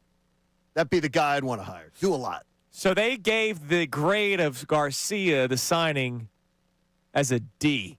Yeah, well, why would anybody be like beating their chest over signing this guy? They got him for $10 million. I was excited when they got him, thinking there was another move, and then Dave Dombrowski told you, no, this is it, and that doesn't make me feel better. So the side-by-side stats from last year, Castellanos Garcia, because everybody was so quick to get Castellanos out of here. The Phillies have been trying to get him out of here. A lot of you out there don't like Castellanos when he's been the only consistent playoff performer the last couple of years. Last year, Castellanos hit 250. Not great. No. Garcia hit 227. Correct. On base, Castellanos 294. We complain about him not walking, right? Swings the first pitch all the time. Garcia's was worse at 271. I mean, seriously. Slugging, Castellanos was 400. Not great enough for the money he was getting. Garcia 394. The walk rate, Castellanos, again, the guy that we talk about, oh, man, he swings at bad pitches. He never walks. His walk rate, only 5.4%, which is abysmal, but Garcia's was 5.1. Yes. And the strikeout rate, all you got to do is throw a slider out, low and away.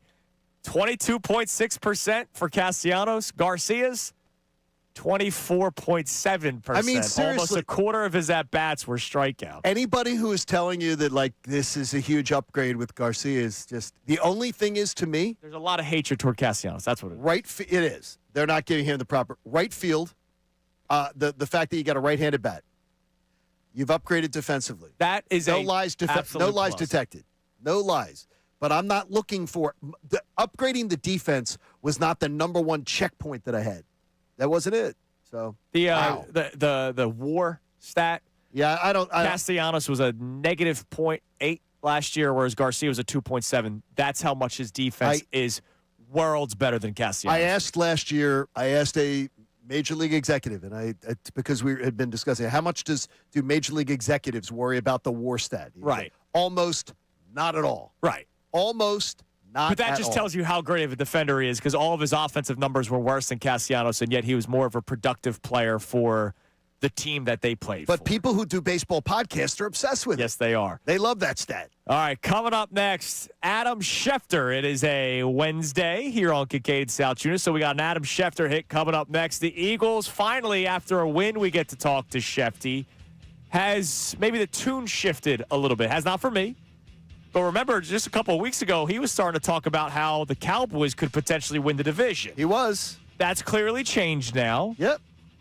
What's the talks around the NFL about the Eagles? Did they find something offensively the last couple of weeks? It's Kincade Salciunas, 97.5, The Fanatic. Get your BetParks app out. And if you're a new customer and you haven't used it before, this is the perfect time for you to get in, because now the games are just getting more and more important and fun. If you're a new user, you can get a $50 casino bonus on the new game Huff and Lots of Puff, plus up to $1,000 in casino bonus back if you're down in the first 24 hours. The Birds game, watch that line. It went from 5.5 to 6 to now 6.5. Road favorites at Washington. The over-under number also creeping up to 44. I would expect those numbers could potentially move even higher. So bet more than the score. Bet Birds players' touchdown scores. Bet individual player performances for passing, rushing, and much more. Plus, BetParks is always the best spot just to be able to live sports betting. Tomorrow night, Rams, Seahawks. Oh, it's going to be a great game. The BetParks online sportsbook and casino gives you so many ways to double the spread on one select pro football game every single weekend. Check the BetParks app every Friday afternoon. It's so much fun. Got to be 21 and in Pennsylvania, Jersey, or Michigan. Check out betparks.com. It's got all the details for you. Should you have a gambling problem, please call 1-800-GAMBLER.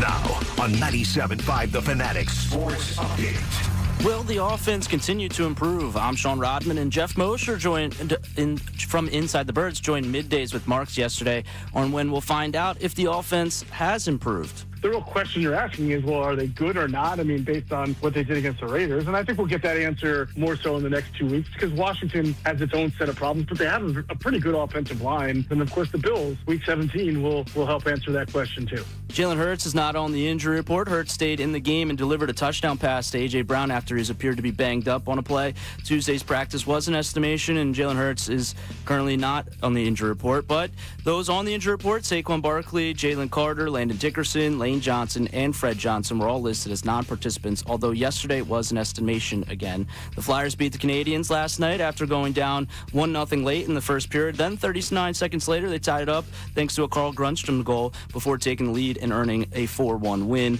Flyers are back in action in Buffalo on Thursday night against the Sabres. The Sixers are back in action Friday night against the Knicks at Madison Square Garden. And this update is brought to you by Supershore. Do you own a small business? You need to hear this. A seismic shift is coming. It's time to get Supershore. Not kind of sure, not pretty sure, but Supershore. Coming soon. I'm Sean Rodman on the home of the 76ers, Flyers, and the best Birds coverage, 97.5 The Fanatic and 97.5thefanatic.com.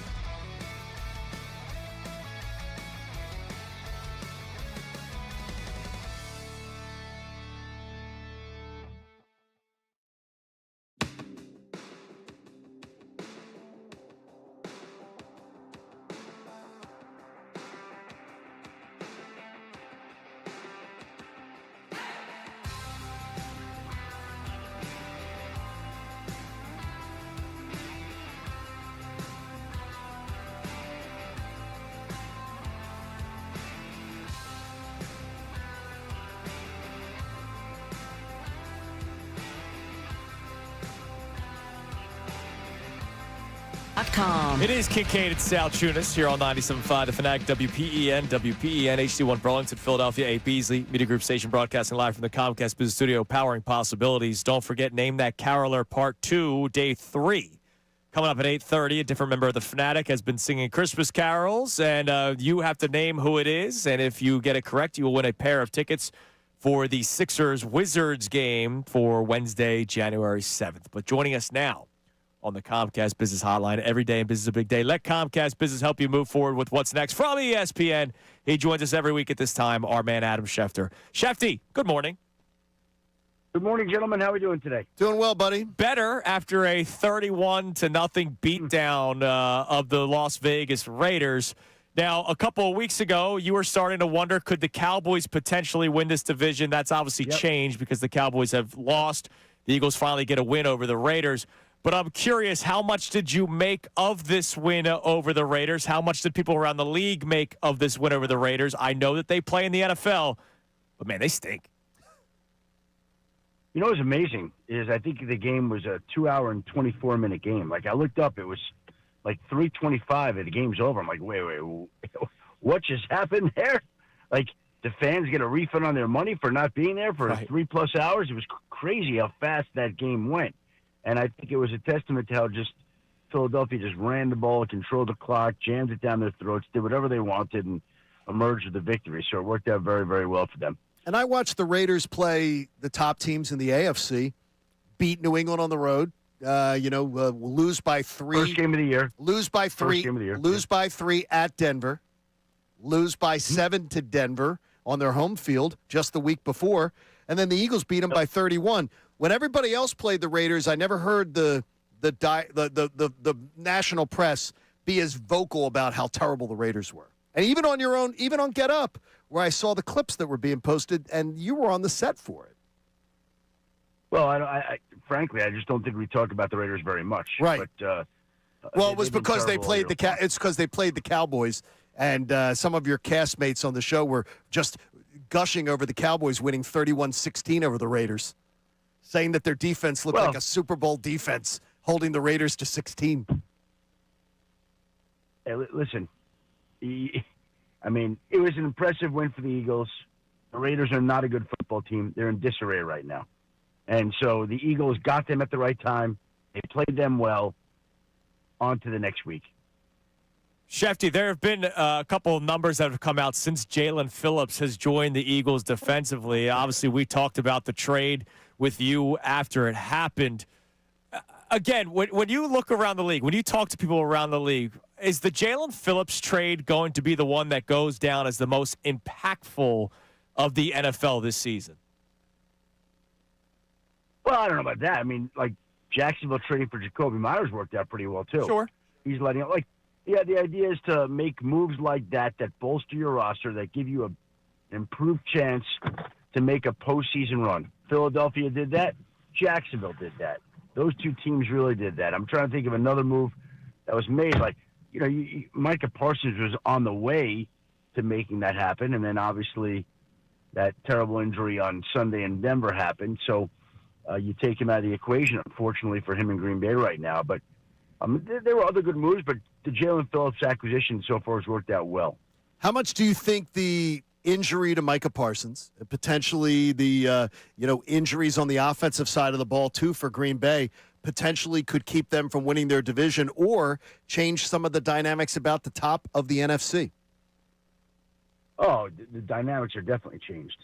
I mean, that team, I said on my podcast this week, that team feels an awful lot like last year's Lions.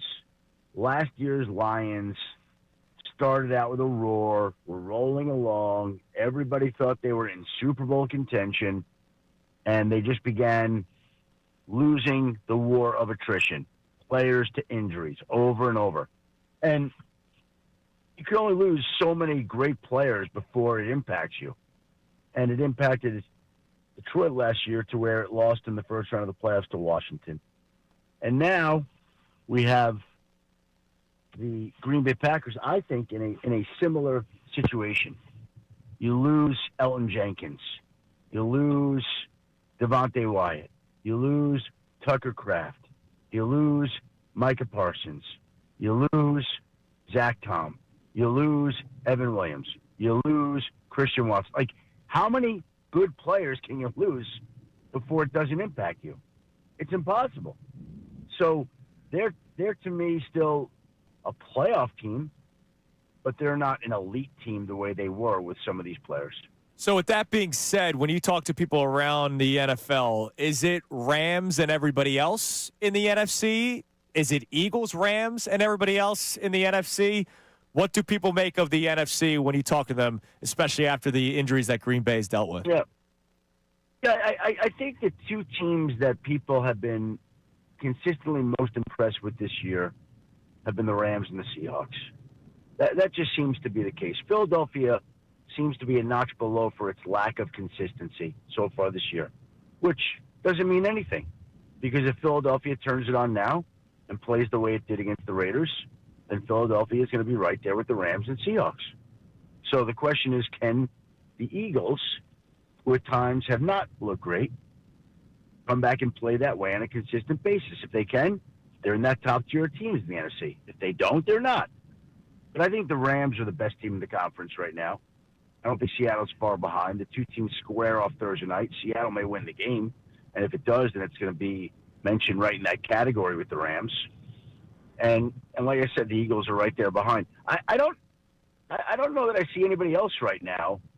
Like Rams and Seahawks, level 1. Level 2, Eagles. I don't even know that I put the Packers there right now. And then you go Packers, Lions, Niners. I put the Eagles in the third slot right now in the NFC in the conference. When you look at teams though, and you head towards the postseason, do you tend to look at when you look at a matchup? And Andrew and I were doing this exercise earlier in the week. Do you look first, if you're just looking at first glance? Do you look at coaching matchups? Do you look at do you tend to look at offenses when you're looking at playoff matchups? Do you tend to look at defenses when it comes to playoffs? Just you as just a football fan, just somebody who looks at it. What do you tend to look at first? Your eyes go to first. I think it's always quarterbacks and coaches. And you go to quarterbacks. To me, those are the quarterbacks. Yeah. That's the number one starting point in my mind. Number one. So, I just think it's the most important position in sports, and that's why, you didn't ask this. That's like you look at the AFC right now. Josh Allen is going to be the favorite in every matchup. Now, the defense and the rest of the roster is not as strong in other areas, but the Bills will have the best, most favorable. I guess they do a lot of the time anyway, but they'll have the most favorable quarterback matchup in the playoffs.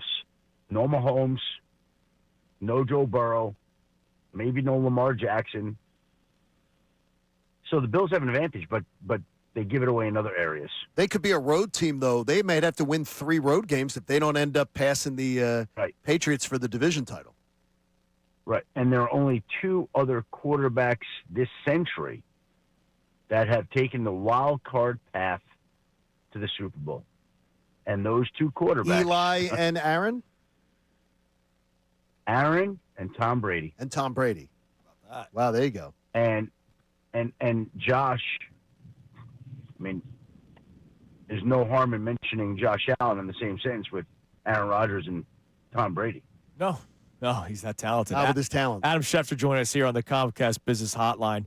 Shefty, there's been reports recently about Jalen Hurts and how he himself has wanted to limit the amount of times he runs the football this year, and that started leaking out the last couple of weeks when they were losing. And then he ran the football a little bit more against the Raiders, and they won. So I'm curious, have you heard anything about Jalen Hurts not wanting to run the football as much this year? And can you blame him when he's been dealing with the injuries that he's dealt with the last couple of seasons?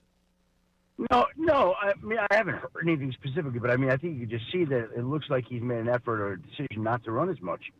But the issue is that when he runs, he's a more dangerous player and they're a more dangerous offense. Like any quarterback, and he can run. Just hasn't done it as much. And I think he did it a little bit more the last game. Am I right, against the Raiders? Sure. Yeah, he did. I mean, there was design runs. There were some design runs that we haven't seen in a long time. Right. And I just think that makes them a more multiple, diverse, dangerous offense. Now, I'm going to guess that when the postseason rolls around, that we may see a little bit more of that. It just figures that we would see more of that because they're better when he's doing that. And you'd rather save him and preserve him for when it really counts. And I don't know if that was a conscious decision or not, but I certainly would want to see him able to use his legs in the postseason. Gut instinct. What are you looking for in that Green Bay Chicago game this week? What kind of game are you expecting there? After we saw such a great game played in Lambeau Field. What are you thinking in the rematch? You think Chicago's ready for that stage?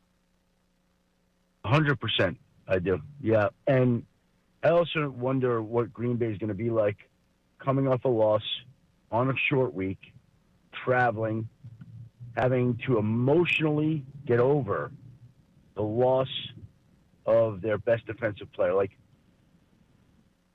that's not going to be easy to bounce back. I will say this. I kind of favor Chicago Saturday night, but if Green Bay can go out and win the game, that would really show me something. Like they could be as mentally tough as they are to bounce back under the circumstances that they're in to rebound on Saturday night in Chicago.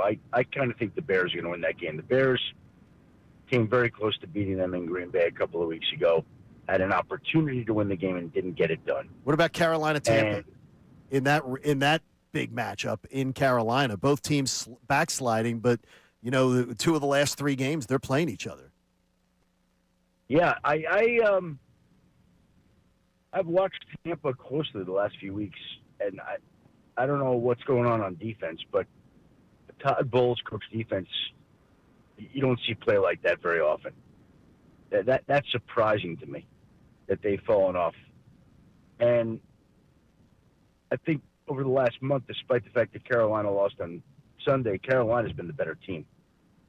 We'll see if Tampa is good enough and strong enough and tough enough to turn it around. That rant from Todd Bowles post-game was an all-time coaching rant. It was.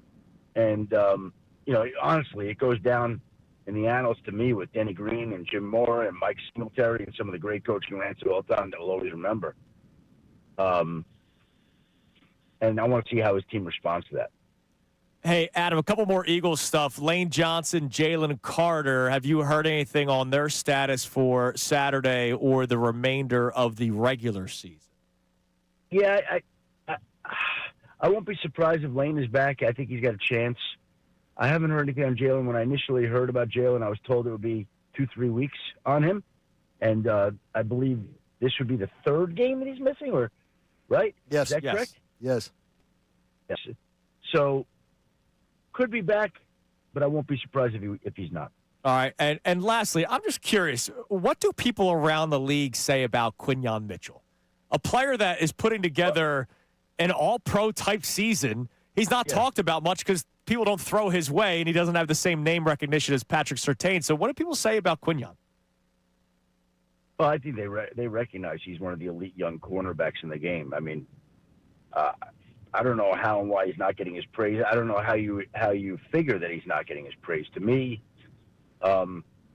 people know how great he is. They hit on that pick. And him and Cooper DeJean, those are two key picks that helped them win the Super Bowl last year. He's playing at an elite level now. I don't know. Why do you like?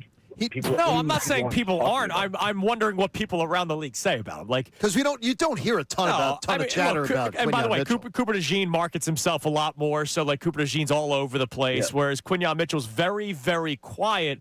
But man, can he play? Oh, he's a great young player. And I don't know. Maybe he needs to talk up a little more. I don't know. People know how great he is. All right, I was just making sure. Shefty, we appreciate the time, man. We'll talk to you again next week. Thank you, guys. Happy holidays. See you, man. You too, man. There he is, Adam Schefter on the Comcast Business. Yeah, I wasn't saying that people don't think he's good. No.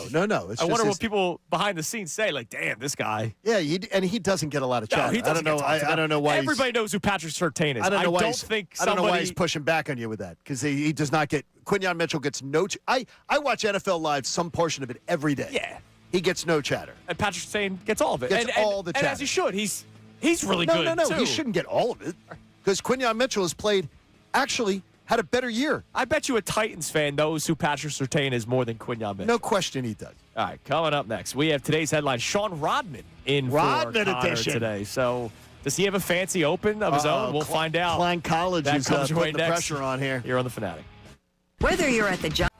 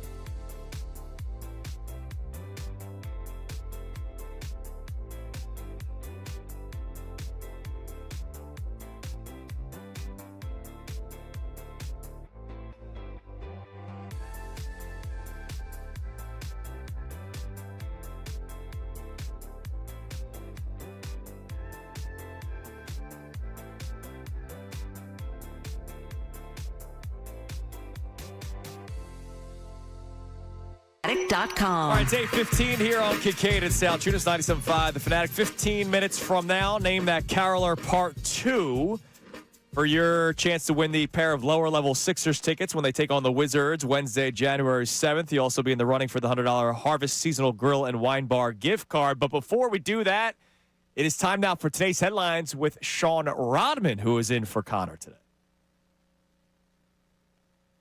With Sean, no relation to Dennis Rodman. He does have his own intro, even though he screwed it up. Yeah, I had the wrong fader up. I put the one next to it, apparently, not that one. But anyways. Brought to us by who, Sean? We're brought not to you Dennis by Rodman. Lundy Law. For over 70 years, have been fighting for injured people. If you need them, remember the name, Lundy Law, your injury lawyers. Visit lundylaw.com. That's lundylaw.com. There we go. All right, first up, let's go back to Monday. I don't know if anyone was paying attention to the Houston Rockets-Nuggets game. It was a good one, I will say. That was a nail-biter, went to overtime, but that's not what we're focusing on today. We're focusing on Craig Ackerman, the Rockets play-by-play announcer. Did either of you two see this one? I did not. All right. Well, Craig Ackerman, by accident, punched his color commentator you'll hear it now, but he goes up, punches his arm up like this, and hits his color commentator in the face by accident. Oh, my gosh. He misses. He stays with it. He finds Shepard. He's open. His three. Good. And I just punched my man, Ryan Hollins, right in the face. Oh, my gosh. Oh, my goodness. How about the hustle? Wait a minute. He's doing play-by-play. When he and goes... he punches his color analyst in the face. I just watched the video of it. He basically raised his hands like a ref would. Oh, okay. Ryan Hollis was leaning over because the ref was in his way. He's trying to watch the play. So it was a complete accident. Yeah, it was a complete accident. So he didn't punch him. No, he puts his went hands like up. this. Oh, okay. As if he was going touchdown. Oh, my. But he was doing the three-point celebration. That's crazy, Hit though. Ryan Hollis right in the face. I thought he was, before I just saw it when you were playing it. I thought he was doing the, like the Paul Pierce one? Was it Paul Pierce or who was it? Well, no, like Kevin Harlan, when he does his calls, he does this to keep the commentators from jumping on him. Right. Because how many times do we hear a color commentator jump on the play-by-play guy? That's all they do. I thought that's what happened, but no, he just celebrated. It was an accident. That's excellent. All right. By the way, House, good dude. Next up, let's go to the NBA Cup last night, Spurs-Knicks. And, the You're Knicks... the one that likes it. What do you I do, but I mean, no. What I'm going to laugh at is the end. The Knicks were down by 11 points in the third quarter, and now they get to raise their first banner since 1979. The New York Knicks are NBA Cup champions. Tell me it don't mean something, Coach. Look at this. This is incredible. It means one thing. It means cash. Straight cash, homie. No, that's what it means. Did you see the storming of the court? The Knicks players storming the court and dancing. Because they all made. I mean, are you freaking kidding me? That's all. That is embarrassing. You're the one that loves it. No, Mister, I watch it because of the cup. I said that's fine. Is that that'll get me to tune in? I watched 9 minutes of that action last night. 9 minutes. That's 9 minutes more than I would have watched a Knicks Spurs game then. So mission accomplished. But this dancing like you won something. Well, they won cash. Storming the court. Give me a break. Cash. That's what Give they me a care break. about. And if you hang the banner, man, you're really embarrassing. Now, did you see Josh Hart after the game? Is that I did not. Oh, I thought that would be a part of today's headlines. What was I missed that part. Well, he tweeted about it saying, damn, I was caught in 4K. When they were, holding the trophy up, they're all trying to touch it. Josh Hart, the old saying was cheese curled. By whom? No, he was doing the cheese curl. Oh, no. Seriously. What goes on at Villanova? That's Villanova for you. It was his former Villanova Brunson teammate. That's Villanova for you. He cheese curled Jalen Brunson, and the whole world saw it. That's great. And well, what happens at Villanova obviously can stay at Villanova. All right, good job, Rodman. We appreciate it. Good job. All right, coming up next, we have Named That Caroler Part 2. Also, I have a man crush on an Eagles player. You do. I asked Shefty about honestly, him. you do. Connor tried attacking me a few weeks ago, and my outburst as each day goes on gets more and more warranted. Okay. You have numbers for me. I do. Talk about it next. Also, Name That Caroler here in the Fanatic. Now on 97.5 The Fanatic Sports Update. Jalen Hurts not on the injury report. I'm Sean Rodman, and Jalen Hurts appeared to get banged up in the second half of Sunday's game. Hurts stayed in the game and delivered a touchdown pass to A.J. Brown. And Tuesday's practice was an estimation, though, but Jalen Hurts is not on the report again to start the week. Dave Zangaro from NBC Sports Philadelphia joined the morning show yesterday on what he believes we can continue to see on offense. Understanding is something that has worked for them, especially in the run game. I think it's easier to marry the play action off of that. And then Jalen Hurts being a runner, being a +1 in the run game, it's something that, for whatever reason, they've been hesitant to do it all year. The Eagles have had a few guys miss practice yesterday. Saquon Barkley, Jalen Carter, Landon Dickerson, Lane Johnson, to name a few. It is all an estimation. Again, they are back at practice today. The Flyers beat the Canadians last night after going down 1-0 late in the first period. Carl Grundstrom scored 39 seconds later to tie it up before the Flyers took a 4-1 lead, earning the win. Flyers are back in action in Buffalo on Thursday night against the Sabres. Sixers are back in action on Friday against the Knicks at Madison Square Garden. This update is brought to you by Supershore. Do you own a small business? You need to hear this. A seismic shift is coming. It's time to get Supershore, not kind of Shore, not pretty short, but super sure. Coming soon. I'm Sean Rodman on the home of the Sixers, Flyers, and the Best Birds coverage, 97.5 The Fanatic and 97.5thefanatic.com.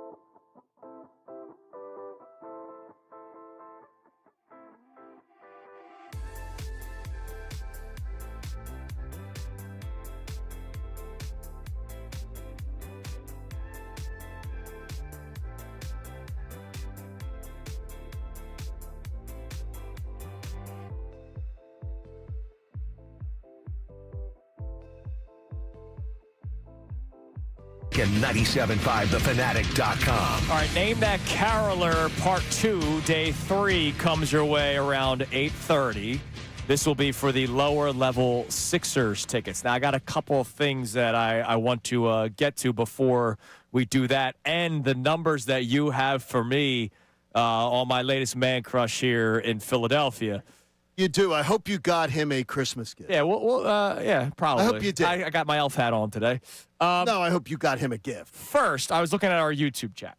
Okay. And somebody is saying that if the Sixers were to win the NBA Cup, that I would be like, play the song. I wouldn't. The NBA Cup means nothing to me. Like, if the Sixers were to win. If Joel balled out in the NBA Cup, it would mean and the nothing Sixers won the NBA Cup, are you telling me, now, yes. and just got to ask the YouTube chat and ask the audience and the texters, you're telling me you would be just, it doesn't mean anything. It would mean nothing to me. I don't care about I know you don't care about. It's like the Union when they win the Supporters Shield or whatever. Like, all right, great, they had a great regular season, then they lose in the playoffs. What does it matter? I know that matters to soccer fans. Sorry to be disrespectful, but like, to your point, you're watching the Knicks players jump up and down. I think it's so embarrassing. They're celebrating because they won money, because there's a cash prize for winning the championship. If the Sixers won the NBA Cup, the in-season tournament, and I gave you a disclaimer on it, and Joel balled out. The and only played thing great. I'd be happy about is, wow, Joel Embiid actually looks like he can play still. And you wouldn't be translating that to, well, look at this. Now, maybe because that's 4 months from now. Okay. I got to see my man's knees got to stay intact for 4 more months. Okay.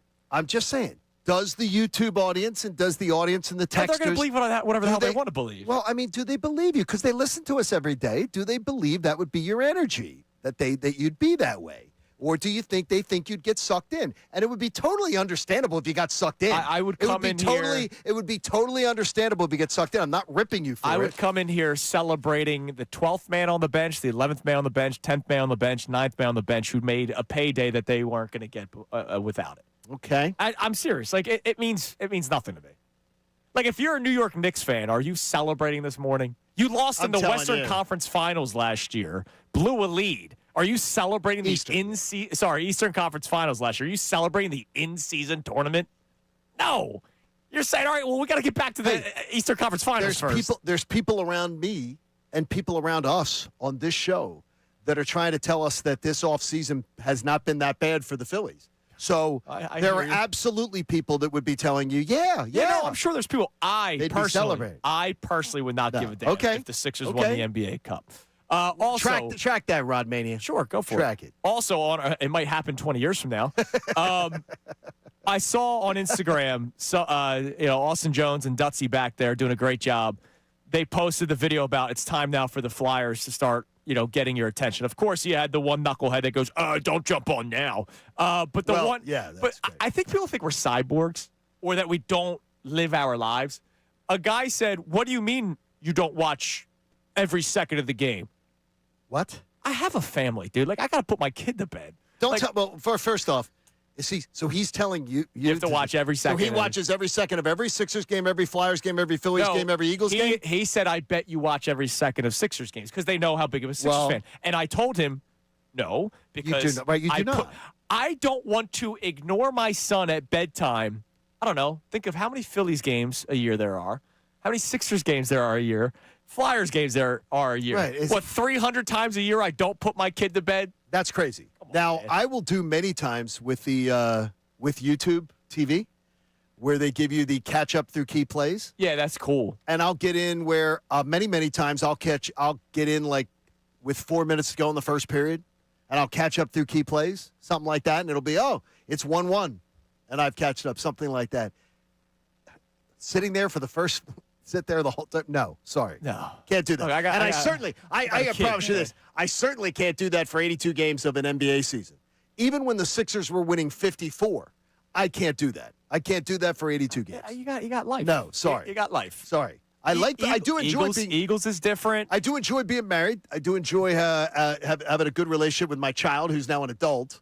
But I did do those things as a grown up. There's other things in life. And you can do this job without having to do it. And anybody, Harry Hardon, who pulls that routine, got to watch every second of every game. No, you do not. I'm telling you right now, you don't. No. By the way, number 32 on our YouTube chat, Tunis line, he'd be hyped if the Sixers won the cup. I'm telling you right now, I would not be. And you can hold me to it. Well, we won't be able to hold you to it because they're not going to be doing it. If the Sixers ever win the cup and I'm hyped, you guys can come up with terms. Go ahead. Name them. All right.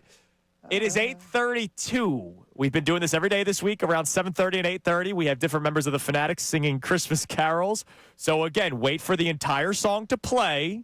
And when the song is done, because we want this person to have their 30 seconds of fame, when the entire song is done, you have to be the fifth caller at 610-632-0975 in order to win the prize. I'll tell you what the prize is when people are calling in. So we don't know who caroler number 2 today is. We know that Johnny was the first one today. Who do we have at 8:30, Rodman? Feliz Navidad.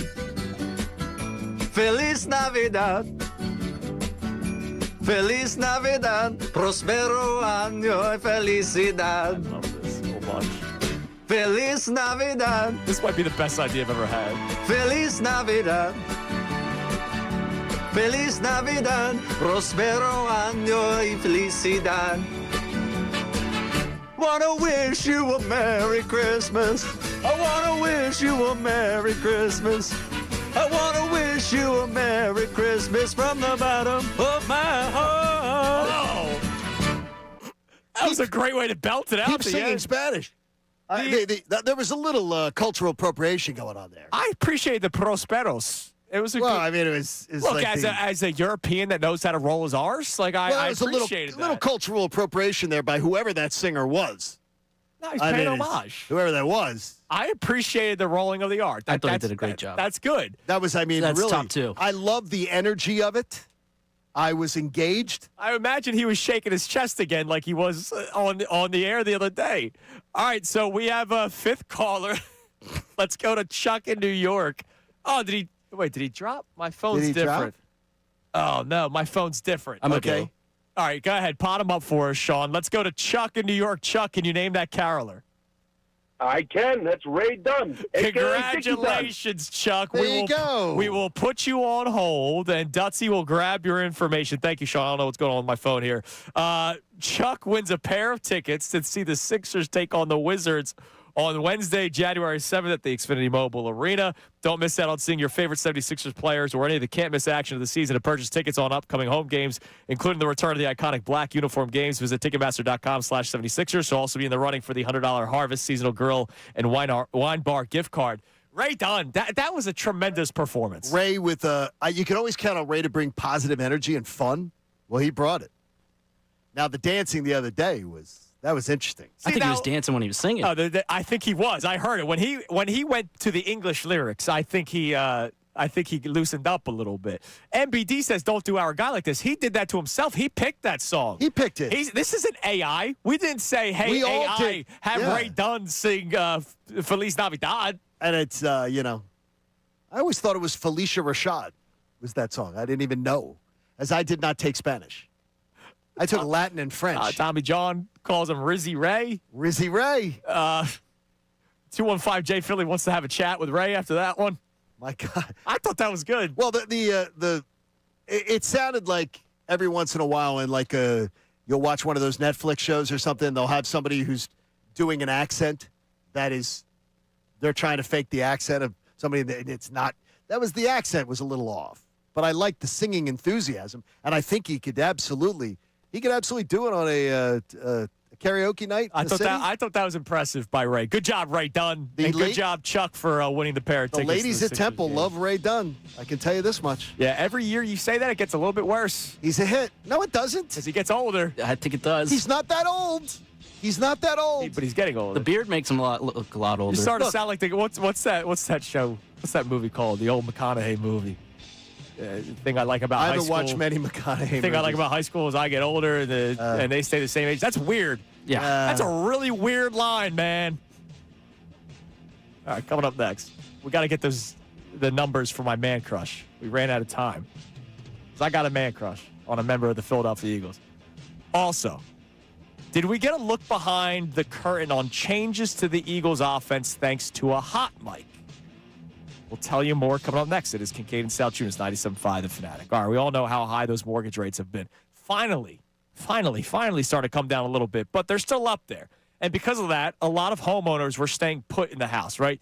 They could not afford the new house because of how the market's been going. So what you're doing is you still want to be comfortable. You got to invest and preserve the home that you have. So if you've been ignoring cracked bricks, basement floor and concrete cracks, floor and wall gaps, bowed basement walls, cracked chimneys, you know you could be ignoring underlying foundation problems. And by the way, you know that underlying foundation problems means when it is time where you can afford a new house because the mortgage rates have gone down, that now the value of your home is diminishing. You don't want to do that. You still want to be able to get some money back for your home when you're buying a new one. Groundworks knows how to fix these things, and they also know the problems that these things can lead to. Don't wait any longer. Have Groundworks come out, inspect the problem, and the team's experts will identify your home's issues at the source. Just visit groundworks.com today to book your free inspection with a no-obligation quote included. That's groundworks.com. Groundworks, there's a reason why. They're the trusted local experts.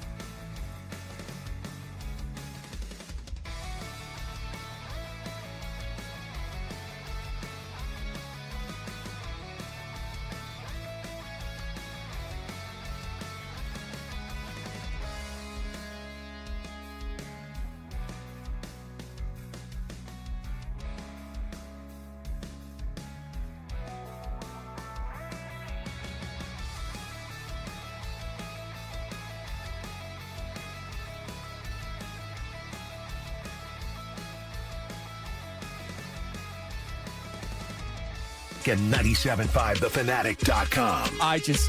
AI is crazy. I fear it. I worry about it. But then you also get gold, like we just got from If Bayless on Twitter. If Bayless is really talented. AI'd Ray in front of a microphone wearing a mariachi suit. Doing Feliz Navidad. Feliz Navidad. And there was 6 Red Bull cans on the floor. I believe If Bayless is the same person that's been doing the other AI Yes, with the cigarettes. Okay, that's fantastic. Thank you for being a part of our show now, absolutely, too. That is absolutely fantastic. Ray Dunn's got big fans out there, man. Well, I love, too, even the back graphic of the Feliz Navidad is even in the same graphic of, like, the station. Yeah. That's talent. That's spectacular right there, work. That's talent. That is spectacular work. All right, can you just talk about my man crush a little bit? Yeah, I mean, you are, let's just say, you're entering restraining order sort of time frame with this gentleman, Jalen Phillips. No, I'm entering I was right time. Wait a minute. Jalen Phillips. Wait a minute. You were right.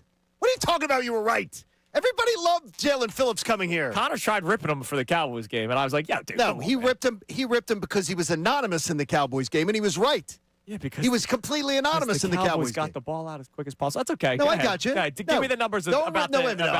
I gotta have Connor's back on this. He ripped him because he was anonymous in a big game when they were up 21-0. He was anonymous. The Cowboys got the ball out as quick as possible. I got you, but he was anonymous. All right. He did nothing. He was a non-factor. But in all the Jalen Phillips has been great since he's arrived. And Jeff Kerr, our buddy Jeff Kerr, by the way, one of the best free agents in the media right now, had a little note yesterday that he was sharing on social media. Since Jalen Phillips has arrived, the Eagles' defense, points per game, 14.3, which is number one in the NFL in that time period. The Eagles' takeaways are 10, which is tied for sixth. The Eagles' yards allowed per game is 304, 10th. Yards per play, 4.7, 7th. Their pressure rate is 43%, which is now 5th. Their sack rate is 8.8, 5th. Their sacks is 19, which is now 4th. And their passer rating allowed, which is 67.2, which is second best in the NFL. Since he has arrived, Jalen Phillips has made a huge impact. Yes, he has. As it has been a really, really interesting thing to see, which is great to be able to see the all of a sudden the pass rush coming alive again late in a season. Yeah, because they were zeroing. Think about this for a second. When Nolan Smith was hurt and Jalen Phillips had yet to be acquired. Sure. They were zeroing in on Jalix Hunt. And I don't think Jalix Hunt is Myles Garrett. Okay? He's not. Like, Jalix Hunt, you are seeing he's been playing so much better since the addition of Jalen Phillips, since the return of Nolan Smith.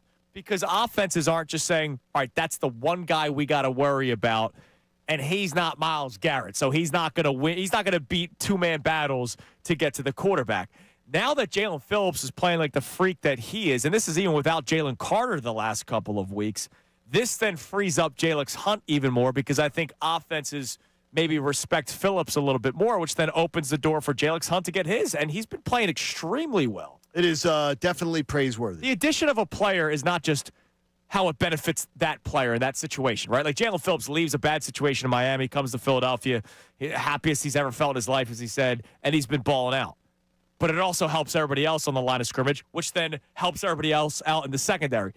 I don't think, and I'm just saying, okay, I don't think Adoree Jackson has all of a sudden become Darrelle Revis just because he's playing better. No. I think he has benefited from a pass rush, which is why every time we talked about where we would want the Eagles to address, I said pass rush because I go back to 2017 when the Eagles won the first Super Bowl.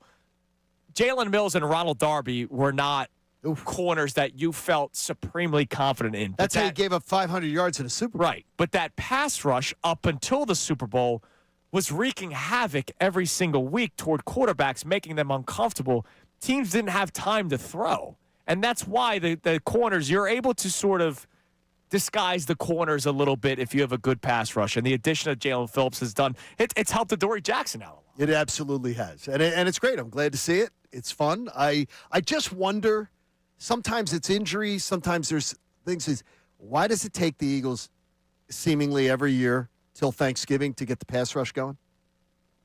It just seems like it takes them a long time to get cooking. Yeah, I mean, last year was kind of new defense. This year, again, Zadarius Smith you're relying on. Yeah. By the way, did you see he put out a tweet the other day? Yeah, about, I could always come back. Yeah, kiss my backside. Could you imagine? No. By the way, they can keep him. He's retired from the Eagles, so he's off of the Eagles. He put out the eyeball emoji. By the way, the Eagles should not. You in agreement? The Eagles should not let him go. He shouldn't go anywhere. Should not let him go anywhere. No. I'm not letting him go to a different team. You do what Buffalo's doing with Darius Slay. No, you should not let him go. No, no, let him go. Don't do that. All right. Did you watch Hard Knocks or did you see it clipped? I did. I saw some of it, around 20 minutes of it. Okay, I did see the important part for Eagles fans. And the important part was after the Eagles scored their final touchdown of the game. When they went up, no, did they score with Tank Bigsby? They won the 31-0. It was the first play of the fourth quarter. All right, so they went up 20. The touchdown. It was 31-0. Oh, they did not score with? No, they went up 31-0. 31-0. Jalen Hurts, the touchdown. After he tweaked his ankle, goes back out on the field, has the strike to A.J. Brown for the touchdown, showed all that emotion, which was cool to see out of Jalen Hurts.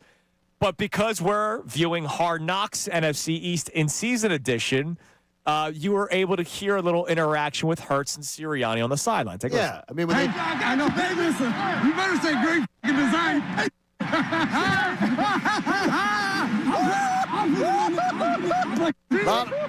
I know you did. A lot of hooting and hollering, and as you see, he comes in. He's like, "I got you. You better say great play design. I got you. I threw it right down the seam. Yes, you did." So you think there was a Nick Sirianni influence on that play? When he's saying to him, he said, "You better say great play design." He's talking to Nick Sirianni. Do you read into that Nick Sirianni saying, "That's what I told you to say. That's the play we talked about. That's the play I have put in there at your bequest or drew up for you"? Or do you think that's reading too much into it? No, I don't. Look, the reports are that Sirianni's been more involved, and so I would imagine, somebody posted a video of the Dallas Goedert sweep touchdown that he scored, and they found video of a Scott Loeffler-led Bowling Green touchdown where they ran the exact same play. Well, Scott's offense looks much more creative than anything we've seen here. So, but what I'm saying is, I'm sure other coaches come up with play design. I remember when Bill was trying to tell me that. I forget that Patullo does everything. And I was like, you do know that he doesn't. The biggest play in Eagles franchise history, which was the Philly special with Nick Foles, that was, I think it was Press Taylor that came up with that play. And he was the quality control coach. Correct. There is a collective group of people designing plays. And Patullo is not doing that. But if Sirianni, he probably designed some. Right. I imagine he does. But Sirianni clearly felt chesty enough about that touchdown where he said, "You better like that play design." I would imagine he's saying, "Yeah, that was mine." Yeah, I mean it was his. Or is he telling him, "Make sure after the game that you're complimenting the play design when you hit the microphones"?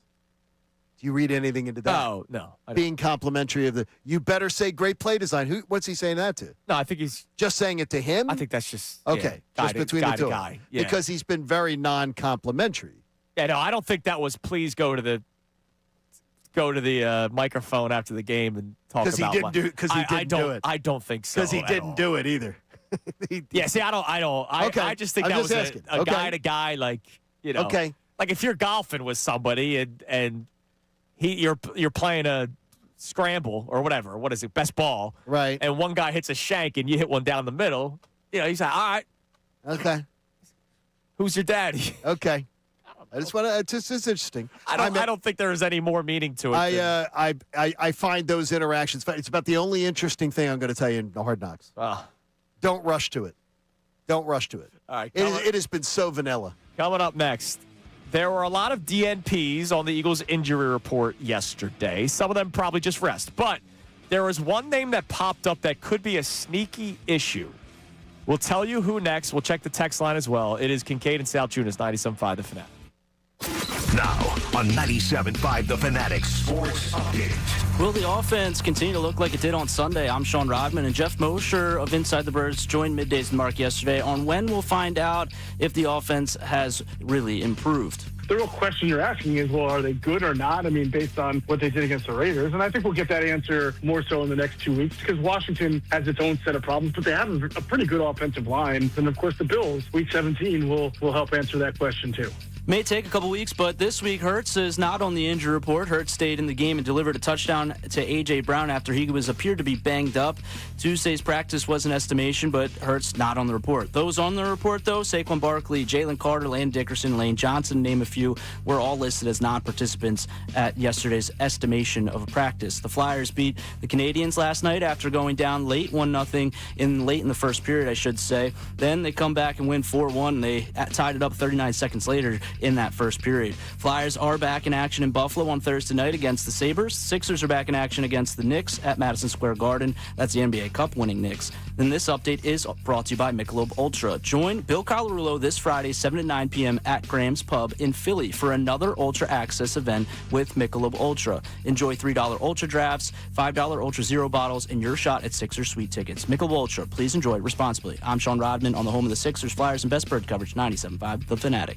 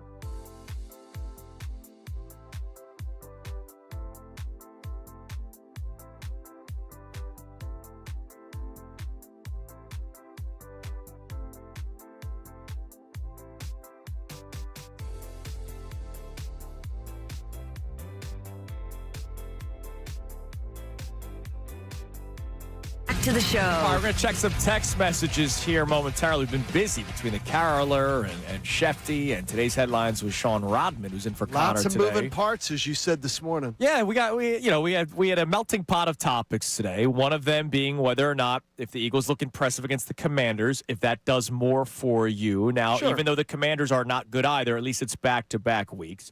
The Flyers, they have earned your attention. That was the statement. The question is, are you paying more attention to the Flyers? And then the Phillies discussion, are you a wake me up when October guy comes right now? Because the outfield is just the same as last year, different names. Oh, I think it's less. But I think it's less. I mean, it really is, because you cannot tell me anything about Justin Crawford. Yeah, I mean, there's as a major league player, right. As a major league player, we know nothing. Now, we both are confident that we believe he's going to be at least serviceable. Sure. Right. But, yeah, but you're penciling him in. You're anointing him. I always have a problem with you're anointing a minor leaguer and just giving him the job. Yeah, but who do you want to bring in for competition? I don't know. Like, I mean, you know who Marsh is. You know who Rojas is. I was at the right price and the right length. I would absolutely have wanted Bader back at the right price. But I don't know what his market is. But then Crawford's not. Crawford could play left field. Okay, as an everyday left fielder. No, everyday left fielder. Okay. I'd let Crawford play 145 games in left field. Okay. And have Marsh as my fourth outfield. Which, again, some baseball people are saying that's where he's destined to be. By the way, put Bader. If you told me you got Garcia, you got Bader, you're putting Crawford in left, and you have Marsh as your primary fourth outfielder, I am absolutely then saying I like the outfield plan. Like it a lot. Well, but I also don't want them to overpay for Bader where you're giving him a crazy. This is what it is. But I don't think his market's that brisk if he's not got a deal. What do we got on the text line, Rod? All right, John C. Manny Unker in Tennessee now wants to see 4 of these things if we can relax against the Redskins: a double-digit victory, at least 150 rushing yards, at least 200 passing/rushing yards from Jalen Hurts. Defensively, 3 sacks and less than 17 points allowed, preferably with a turnover and defensive score. If they get 4 of those things, we can relax. If they only get 3, still work. Okay, I'll be honest. I don't think that's any of those things are. Yeah, but hard like to achieve. statistically, like, all right, what if Jalen throws for 180? But it's crisp. Like, I don't care. He included passing and rushing for Hurts. Okay. Like, if it's crisp, like, I don't need to see X amount of yards. The defense, I'm not even sitting here saying, I need to see another dominant performance. Like, I know this defense is good. They could have an off week, and I know they're good. No. I need to see. You're playing Marcus freaking Mariota. You're going to the playoffs. Let's say your playoff route right now. Let's say your playoff route as it was set up, that you would have to face Brock Purdy, Jordan Love, Matthew Stafford. You better dominate Marcus Mariota. Yeah. Yes, I want to see. No, I don't want to just see a serviceable performance against Marcus Mariota. I want to see you make Marcus Mariota look totally less than average. I don't want to say we got past. I expect them to. We got past Marcus Mariota. No, so that's why I need. No, but I need to see it. I don't need to see another Raiders game. Like, I don't need to see them hold him to 100 yards. Wait. I don't need. Now that's extreme. Yeah. But I need to see them make him look less than average. All right. What he else needs we to got? look like he is a quitter. All right, next up, Matt from Cherry Hill says, Quinyon Mitchell for sure doesn't get the recognition he deserves. He isn't in the top 10 of Pro Bowl voting for corner. Yeah, see, like, that's what I'm saying. Like, I don't understand why Shefty got, like, so bothered by the question. Because I think he thinks that we're fair to him. We're fair to him. Yeah, I wasn't calling him. I was asking, hey, what does the rest of the league think of Quinyon Mitchell? Like, when you talk to a coach of another team, right? What do they think of Quinyon Mitchell? Teams tell you what they think. They don't throw his way. Right. But it's not like you ever hear him talked about unless it's here. Never. And even he doesn't get much love here. Not love. He doesn't get talked about enough here because there have been so many issues with the offense that's been the main talking point. I didn't understand the pushback. One of my Twitter followers said he gets talked about less than the union, which I thought was a funny line. Yeah, I didn't understand the pushback. What else we got? All right, next up, Mike from Levittown saying that I believe that if the Eagles don't turn the ball over, they're the hardest team in football to defeat. I don't think I disagree with that. The way this defense is playing, and if you're not turning the ball over, that means you're probably moving the ball. Well, that's not true. Because remember, earlier this year, we complained about the let's just not turn the ball over, and they were going 3 and out because there was a lot of 3 and outs. But they were also, but remember, they weren't taking any shots downfield. Okay. remember, you say that. They were up 21-0 at Dallas, and they were the number one seed in the NFC. When they were 21-0 up at Dallas, they were the number one seed in the NFC. Yeah, but when we were projecting the offense, I was saying even when they were the number one seed, they can't just do this, let's not turn the ball over. I got you. I thought that mindset was part of the reason why the offense was struggling as much as it was. I didn't love it, but I also am not dumb enough to go, like in my mind, to go, hey, I've seen a lot of really good teams, like Eagle teams, that do stupid things by being too aggressive, and they were the number one seed, and they were the defending Super Bowl champs, and the defense was rolling. If they were running the ball like they did last year, remember last year, boring is good. I kept on saying it last year, but they're not running the ball effectively enough to just be so careful. All right, you're listening to 97.5 The Fanatic, WPEN, HD1 Burlington, Philadelphia, a Beasley Media Group station broadcasting live from the Comcast Business Studio, powering possibilities. Time now for the Kincade Salciunas.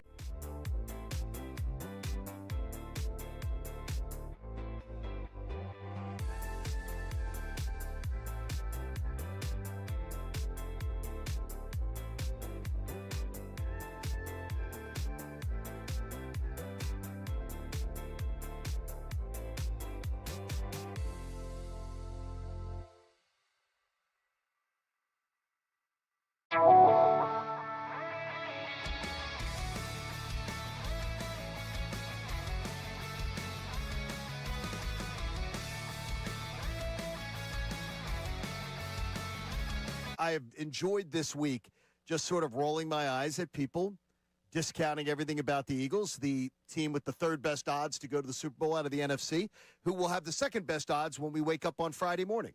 No matter what happens on Thursday night. Right, somebody's going to take a step back. The Eagles are going to wake up with the second best odds to go to the Super Bowl out of the NFC, and I have people telling me they have no shot to go to the Super Bowl. Yeah, they got no shot.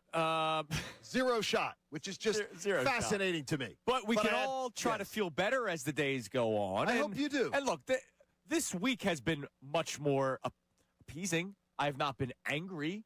I have not been miserable. I've not been thinking about the demise of the Philadelphia Eagles this week. That's been a nice change of pace. That's what a win does for you. That's what a blowout win does for you. Whether or not I try to discredit some of the things that they accomplished because of how bad that Vegas Raiders team is, it's still nice to have a different attitude for a couple of days, especially for the first time in a month.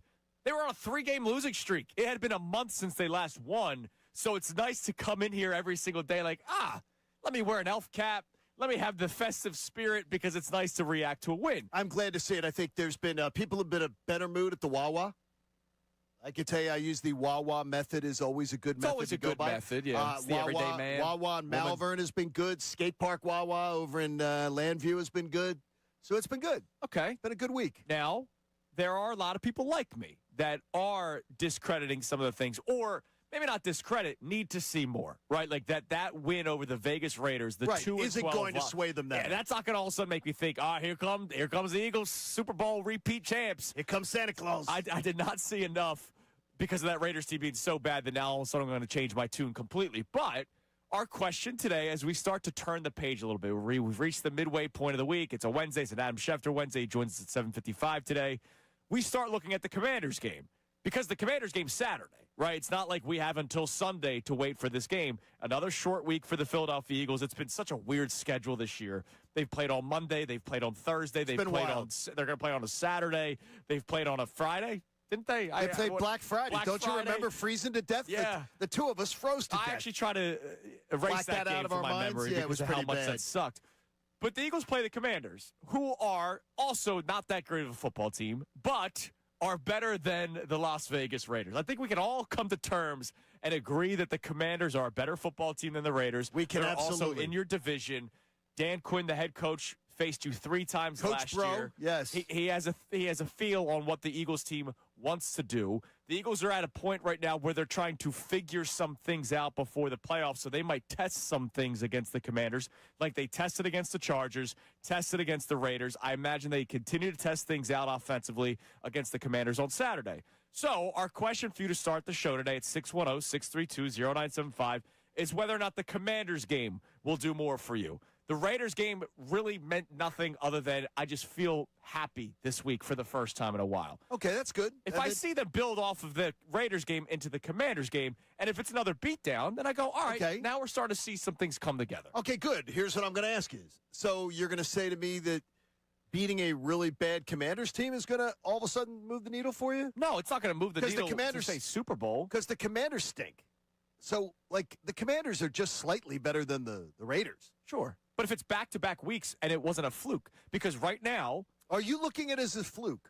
No, I think the Raiders are that bad. I don't know if, like, the Eagles' offense looked tremendous because now all of a sudden they figured it out. I think they looked tremendous because I think the Raiders are that bad. The Eagles had so many chances on offense because the Raiders had a total of 75 yards, right? So the Eagles' offense had a lot of opportunities. They had great field position. They had a lot of chances to score. The Raiders' punter, by the way, was dreadful. So the Eagles he was terrible. Eagles were starting around the 40-yard line, like every single drive. He was absolutely atrocious. So we'll see if they can do back-to-back dominant performances. Okay, because I just don't want to. Honestly, I'm coming in Monday. So I'm coming in Monday, day before my birthday, before last day of the year. I'm going to come in and then I'll come in the following Monday. And I just don't want another Monday where I come in. If the Eagles go out and they have a nice victory on Saturday night, I don't want another Monday hearing people go, "Well, it's just the Commanders." No, if it's back-to-back weeks, it's like I'm so tired of it. But because everybody in the NFL gets to play bad teams. But if it's 17-13, I understand. I'm going to come on here Monday morning and say, all right, so maybe the Raiders are in a class of their own of poop. But you know what they did in Denver when Denver played the Raiders and survived by a field goal at home, beat them by a touchdown on the road in a tie game with them. And then get a touchdown late and manage to beat them. They did all these disclaimers. The Eagles beat them by 31. The same team that went to New England and won. It's that every team in the NFL gets to play crappy teams. And to me, when you go out and play crappy teams and you win 31-0, to me, put the disclaimers and stick them in a drawer. Stick them in a drawer somewhere. Because I really don't need to hear them because other teams play those crappy teams and they let them hang around or they struggle with them. When the Eagles do something good, I've got to hear the detractors of the Eagles be willing to say, hey, okay, that was really exceptional. Because I've watched a lot of really, really good teams play these teams and struggle with them. Hell, the Eagles lost to a bad Giants team. Right. Terrible Giants Now, team. let me see them do it back-to-back weeks after losing 3 straight weeks, and we were miserable even after the 2 wins prior to that 3-game losing streak. I need to see them start. No, I wasn't. Well, no, offensively. You were. Offensively. The thing is, I was thrilled. I was thrilled that they beat Detroit and Green Bay. Yeah, I was thrilled because they won. Because nobody thought they were going to beat Detroit and Green Bay back-to-back. Nobody going into the season, nobody thought that was. Everybody was like, "Hey, split those games, and we'll be happy with it." It's just to me, this has been a constant season with the Eagles of moving the goalpost, and part of it has been the Eagles' inconsistent performance has added to that. But I think with the fan base, there's a lot of moving the goalpost. And to me, it's infuriating. Let's see if those goalposts move again on Monday if they win on Saturday. Here was Dave Zangaro yesterday. He joined us on the show yesterday. Here he is talking about what the Eagles can build on after that win over the Raiders. I think we saw some of those concepts in this last game. Understand is something that has worked for them, especially in the run game. I think it's easier to marry the play action off of that. And then Jalen Hurts being a runner, being the +1 in the run game. It's something that, for whatever reason, they've been hesitant to do it all year.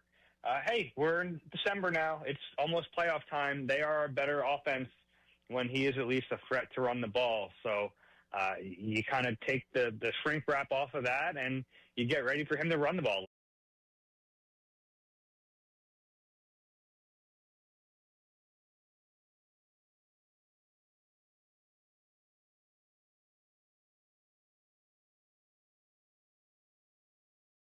On and Roblox and more, or just grabbing a Wawa gift card, which is always a great gift for anybody, especially in this Philly area. It's the gift that doesn't need wrapping.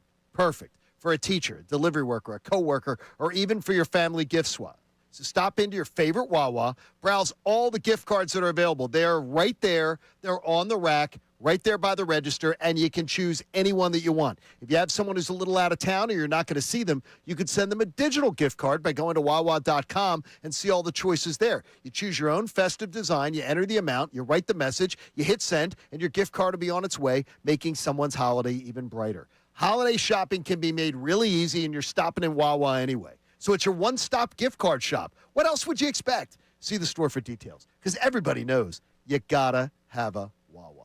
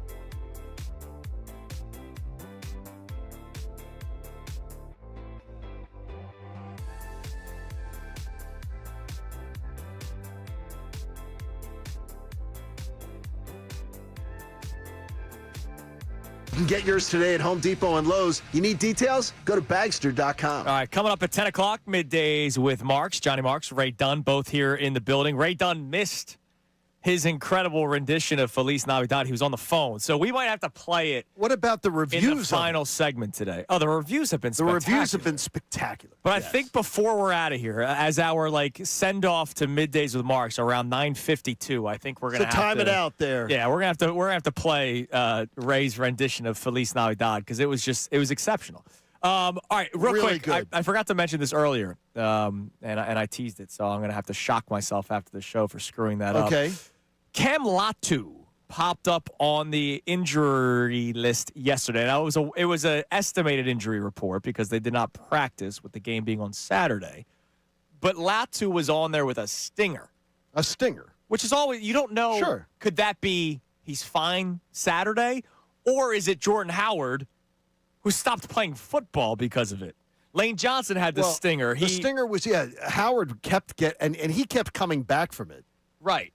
And it was bad. But it was so bad that he stopped playing. And Latu is a physical blocking tight end, Andrew DeCecco loves him. Sometimes lines up as the fullback. So I imagine it happened on a running play at some point. The Eagles have shown life in the ground game the last 2 weeks. Hasn't been spectacular. Okay. But you saw the big fake tush-push run against the Chargers. Last week, Saquon was finally getting like 5-6 yards a clip, and then it fell off. If you miss Latu, who is a part of their 13 personnel, just like we're seeing Darius Cooper out in the field a little bit more because he's been more of a bruising, blocking wide receiver, it's not going to impact you so much that they're not going to win games. But that's a sneaky loss if he can't go on Saturday. I think it's a real sneaky loss. Because they like using that 12-13 personnel. And Greg Calcaterra can't block you. No. I wouldn't want to see him try because I may cry. But we'll see. We'll see how that goes. Jeff McClain asked in a press conference a couple of weeks ago why they continued to put Calcaterra to block a D-end one-on-one. They did it again in a flawless game against the Raiders where they scored 31 points. There was a moment where Calcaterra was one-on-one with Max Crosby. Like, that should never happen. And it was a not really successful result either. No, because he can't block anybody. And you're having him block their one true good player on defense? Not good. Come on, man. Not good. All right, Nick Sirianni yesterday had his media availability, and he was asked about going for runs in the gun versus under center. And as you heard me going into break saying, I both loved and hated the answer at the same time. Take a listen, I'll explain why. We've predominantly been a shotgun run team here. And, I think in 22, we led the NFL in rushing, and in 24, we led the NFL in rushing. So 2 out of these last 4 years there's not just one way to do things, right? And then there's under center thought process, right? And so I don't want to get too much into scheme or saying, hey, this is why we do this. Like, I don't think that's good for business either. But there's reasons why you get in the gun, and there's reasons you get under center. And there's multiple ways to do different things. Like, I think I probably didn't learn that until middle of my career so far of been like, what I used to think is like, whatever I think, and then when I'm sold on is this. And it's like, no, there's many different ways to accomplish things. I think that just comes with time and with wisdom of, there's a lot of different ways to be a successful offense. So the reason why I loved it, because I want to lead with the positive this time, the back end of that clip when he says, look, I've realized, unlike my earlier self in my coaching career, that you can't just keep doing one thing or believing one thing, and that's why it's going to work. And I do believe there's a lot of coaches that make that mistake, and I understand it, right? You got to the pinnacle. You got to the top. You're a head coach, whether it's basketball, baseball, hockey, football. You got there believing in your strategies, right? Like that you got a job that only 32 people have in the world. And you came to the table with a plan, and you got hired for that plan. And so no, I completely understand wanting to, when you dance with what brung you. Right. But also, I think that Nick has not been the quickest on the self-awareness when things aren't going right. Right, and you have to adjust. And so when he says in the beginning part of the clip, which I did not like, where he goes, well, we've been one of the better out-of-the-gun running teams over the last couple of years. Well, that kind of contradicts what you said, right? Like, over the last couple of years, he referenced 22 running, which was and in 22 years ago. The RPO was the biggest part of their running game being successful. Right. Honestly, unless I'm having amnesia here, it was a big part of why they were successful running the football. Clearly, they have been better. Now, if they went 100% under center, I don't know what the numbers look. Well, but clearly, when they make that switch during games, it has benefited them. How about when they go under center? I can guarantee, because I can say it by statistical fact, they are a far better passing team. Far better passing team. Jalen Hurts is nuts. And you know what's going to help when you pass the ball better? Your ground game's going to benefit from it. Just saying. But it's not how they prefer to call a game. Well, and maybe they've realized maybe they've realized the last couple of weeks that they have to go more under center. So we'll see what happens. We'll see what Saturday. happens. Hey, look, they've shown they've adjusted some things. So let's give them some grace and say maybe they'll figure it out. All right, coming up next, we'll check some text messages, but we're going to have some fun in this next segment because usually when a player signs with another team, we get upset. Like, oh, man, how come we didn't get that guy? Well, there is one guy that signed with another team in baseball, And social media had a field day with it. It's Kincade Salciunas, 97.5 The Fanatic. Are you ready to live bet this weekend along with me? Well, you might want to live bet starting even tomorrow night because the BetParks app is ready for you. And we got one of the biggest games in the NFL tomorrow night between the Rams and the Seahawks. And it's going to affect the Birds in a big, big way. Plus, you can play all the online casino games, too. You can play blackjack, craps, roulette, and hundreds of online slots, too. You will absolutely love it on the BetParks app. Plus, the BetParks online sportsbook and casino gives you another way to win by doubling the spread on one select pro football game every single weekend. What game's that going to be for you this weekend? Check the BetParks app every Friday afternoon. BetParks is the only app I recommend to you. It's so much fun to use. You can use all the casino games if you want to play some online slots. And if you're a new user, you get a $50 casino bonus on the new game Huff and Lots of Puff, plus up to $1,000 casino bonus back if you're down in the first 24 hours. The BetParks online sportsbook and casino gives you so many ways to win. Got to be 21, got to be in Pennsylvania, Jersey, or Michigan. Check out BetParks.com to get all the details. Hey, if you have a gambling problem, too, check out 1-800-GAMBLER. Now, on 97.5 The Fanatic Sports Update. Jalen Hurts not on the injury report. I'm Sean Rodman, and Jalen Hurts appeared to get banged up in the second half of Sunday's game against the Raiders. Hurts stayed in the game and delivered a touchdown pass to A.J. Brown. And Tuesday's practice was an estimation, though, but Jalen Hurts not on the injury report to start the week. Dave Zangaro from NBC Sports Philadelphia joined us yesterday on the morning show on what he believes can continue to see on offense. Understand is something that has worked for them, especially in the run game. I think it's easier to marry the play action off of that. And then Jalen Hurts being a runner, being the plus one in the run game, it's something that, for whatever reason, they've been hesitant to do it all year. The Eagles had a few guys miss practice yesterday in an estimation, of course. Saquon Barkley, Jalen Carter, Landon Dickerson, and Lane Johnson, to name a few. The Flyers beat the Canadians last night after going down 1-0 late in the first period. Carl Gunstrom tied it up 39 seconds later before the Flyers took a 4-1 lead and took the win. Flyers are back in action in Buffalo on Thursday night against the Sabres. The Sixers are back in action on Friday night against the Knicks at Madison Square Garden. And this update is brought to you by Supershore. Do you own a small business? You need to hear this. A seismic shift is coming. It's time to get your Super Shore. Not kind of shore, not pretty shore, but Super Shore. Coming soon. I'm Sean Rodman on the home of the 76ers, Flyers, and the best Birds coverage. 97.5 The Fanatic, 97.5thefanatic.com.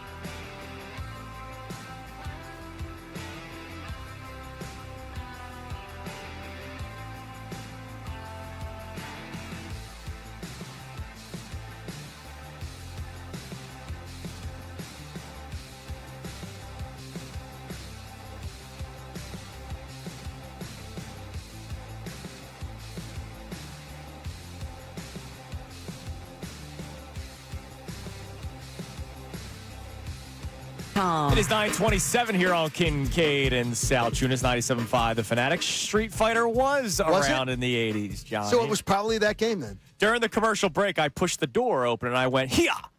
And it reminded me of a video game from when I was in high school. And I said, probably Street Fighter. And you did not think that it was around yet. It was from the 80s. Street Fighter. Now, it might not be correct. Could be no, another it might have game. been another game, but that's what it sounded like.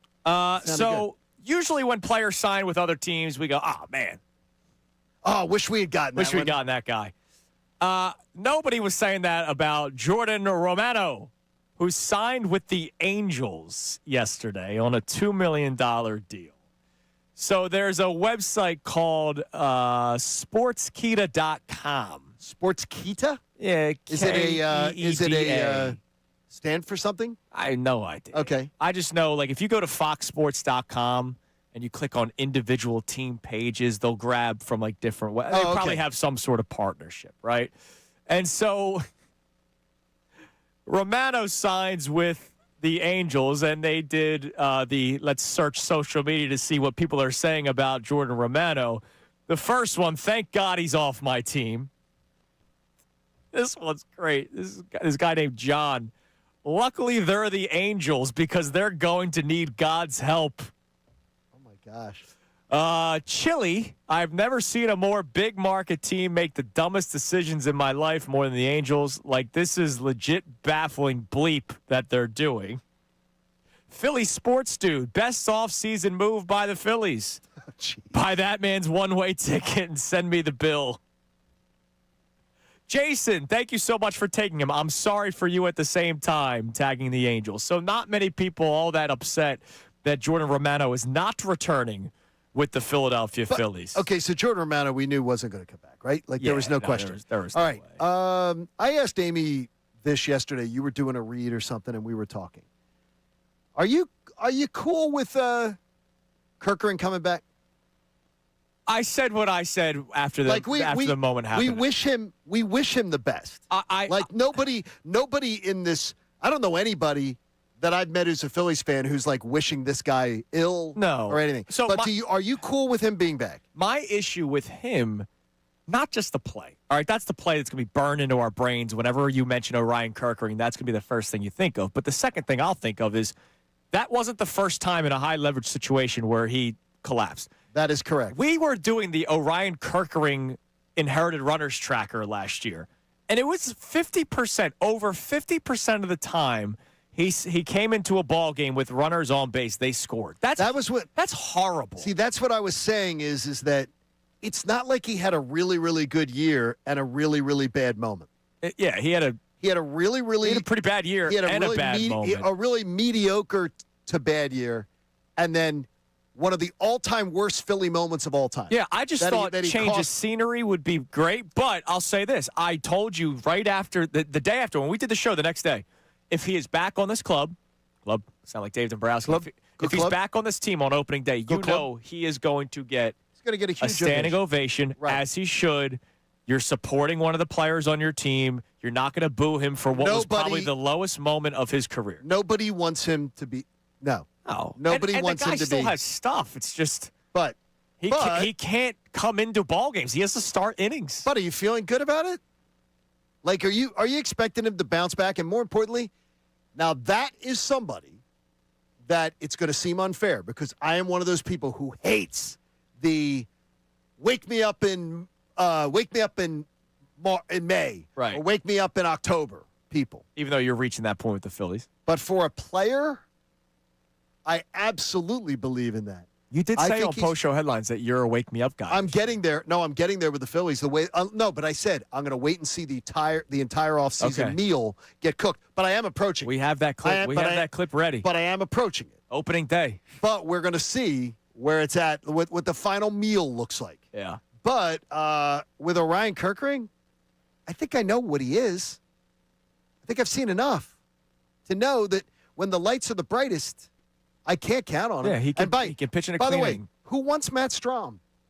Like, are you glad with Matt Strahm coming back? Especially with them shopping him all over. And seriously, and the Phillies Honestly. Dombrowski, I'm telling you, he lives off resume. He is living off his damn good resume. But this year and last year and the year before, he has been living off his resume. I've said it for 3 years. Yeah, but here's the problem. Dave Dombrowski, he literally, when he wants to trade somebody, Dave Dombrowski, now I know he's a baby boomer. So he puts stuff on Facebook Marketplace. So everybody in the neighborhood knows what he's trying to sell. Yep. It's like he puts something and goes, hey, I got this old dresser to sell. You want it? Instead of, you don't know Danny Briere, you don't know what Danny Briere is up to at any time. Right. You do not know. Howie, we don't You know. do not know with Howie Roseman. We do not know what Howie Roseman's up to. That is the way you're supposed to do your business. You're not supposed to be telegraphing every move. Nick Castellanos, I am so annoyed. It's been 2 years they've been trying to trade him. But like last offseason, yeah, they didn't get the offers they wanted for Alec Boehm. Yeah, because they let everybody know that they wanted to trade Alec Boehm. That's not how you do it. You don't let everybody know your displeasure with Nick Castellanos publicly. And then you go and get the guy who's replacing Nick Castellanos and have a press conference to introduce him. Well, Nick Castellanos is still on the roster. You thought you weren't getting offers before? What do you think you're going to get now? Because everybody knows you can't keep him. Yeah. The offers just went down. It's so dumb. The way they do business. But it's search Dave Dombrowski. I guarantee he's got a Facebook Marketplace account. He's selling stuff. You're going to probably find. He may have Matt Strom there. Matt Strom can't be on this team. He cannot. Yeah. They cannot trot him out there again and say, well, this October, this is the time you're going to be able to count on him. Especially when they use him like every day during the season. Now, my gosh. When Romano signed, I credit Phillies Tailgate. They're a great Twitter account. They're fun when it comes to the Phillies. They quote tweeted something. The Phillies have such a nasty bullpen that this man is pitching in low leverage situations. The tweet was from an account called Pitch Profiler.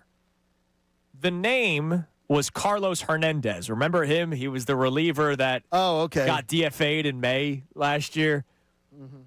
This was in response to Pitch Profiler putting out a pro Jordan Romano tweet after the signing. Romano heads to L.A. looking to bounce back in a big way with the Angels. The stuff is still above average, and the strikeout and whiff rates back it up. This could be a huge payoff move in Anaheim. When you read the bio of this account, it's just another W in the column for the anti-analytics crowd. Advanced Pitching Analytics account. Is it really? Oh, my God. Yeah, sure, he has a fastball. But when he throws it over the middle of the plate and it gets blasted 450 feet, what analytics is that? Pitch Profiler? Oh, my gosh. I hate analytics. I hate you all. Analytics, AI, I hate you. Except for pictures of Ray Dunn in a mariachi costume. What do we got on the text line, Sean? All right. Well, this person, this is June from Yardley, says, good morning. Wake me up when we're in mid-October. We're in Sixers territory right now. I think we're in Eagles territory right now. Yeah, I think anybody. I think we might be in Flyers territory. We're in more Flyers territory than we are Sixers territory. I took that more as like we're in Sixers territory is wake me up in the playoffs. Sure. That could be. Yeah, mid-October, you may have missed them. They may not even been playing in mid-October. The way things have been going the last couple of years. I mean, honestly, I'm so tired of hearing the same team, man. The same team. I expect, and I said to you, we'll get to it more when it comes to it. I expect a decline. What else we got, Sean? Kyle from Fox Chase says the Phillies need to do more. They cannot count on Boehm, Stott, or Marsh to be everyday starters. You can count on Boehm being an everyday starter, and this is coming from one of the fiercest Boehm critics in the city. You can count on him starting every day. He can't be your four-hole hitter. Right. He hits singles. Could he be, if he was batting seventh, yes, he would have no problem with it. Yes, absolutely. He's improved his defense enough. But the problem is, who on this lineup are you bumping him down to 7-4? Nobody. They're it's either Garcia or JT Realmuto. The other two players, they have told you, the Phillies have told you that they can't be everyday players, which is why come playoff time, if there's a lefty on the mound, both Marsh and Stott are on the bench. They've told you that for 4 straight years. Like, this wasn't a 2025 thing. No, they have 24, they've telegraphed 23, this. 22. When there's a lefty on the mound, those guys are on the bench. They're platoon players. That's how they feel about them. All right. They telegraph that. Coming up next. Check more of your text messages. The Phillies, it's December 17th, and the Phillies have me pissed off today. I'm wearing a freaking elf cap. trying to be in the holiday spirit. I'm trying to be positive about the Eagles for a change, and I got the Phillies bringing me down. Oh, we got a good club. Outfield's the same. It's going to slug just as bad, but we're better now. And the daycare will become better at the age of 30.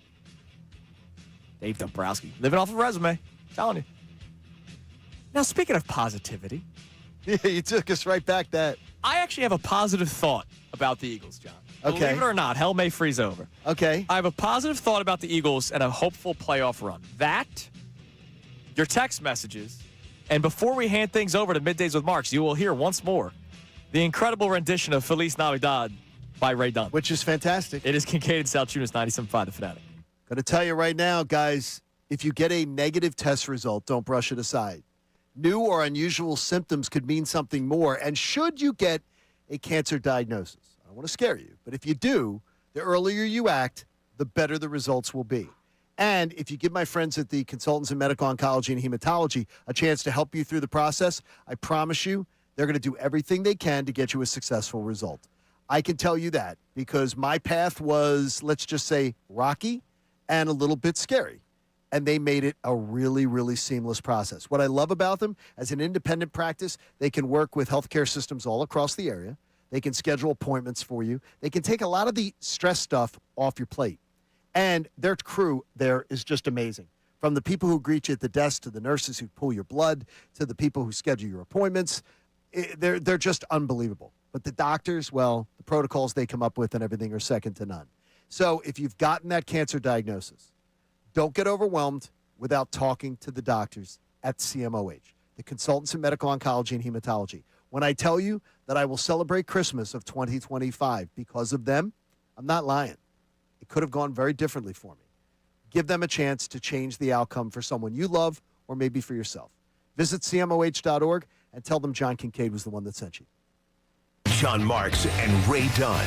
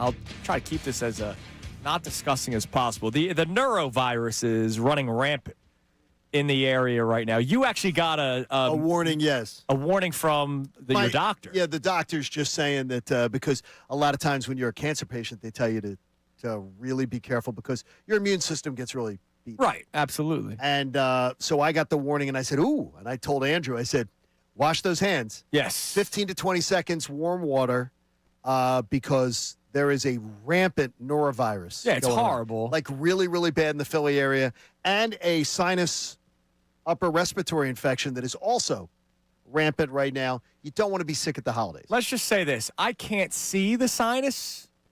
I can see the neuro, especially when people use the urinal for it, which is a wild decision to make. That is crazy.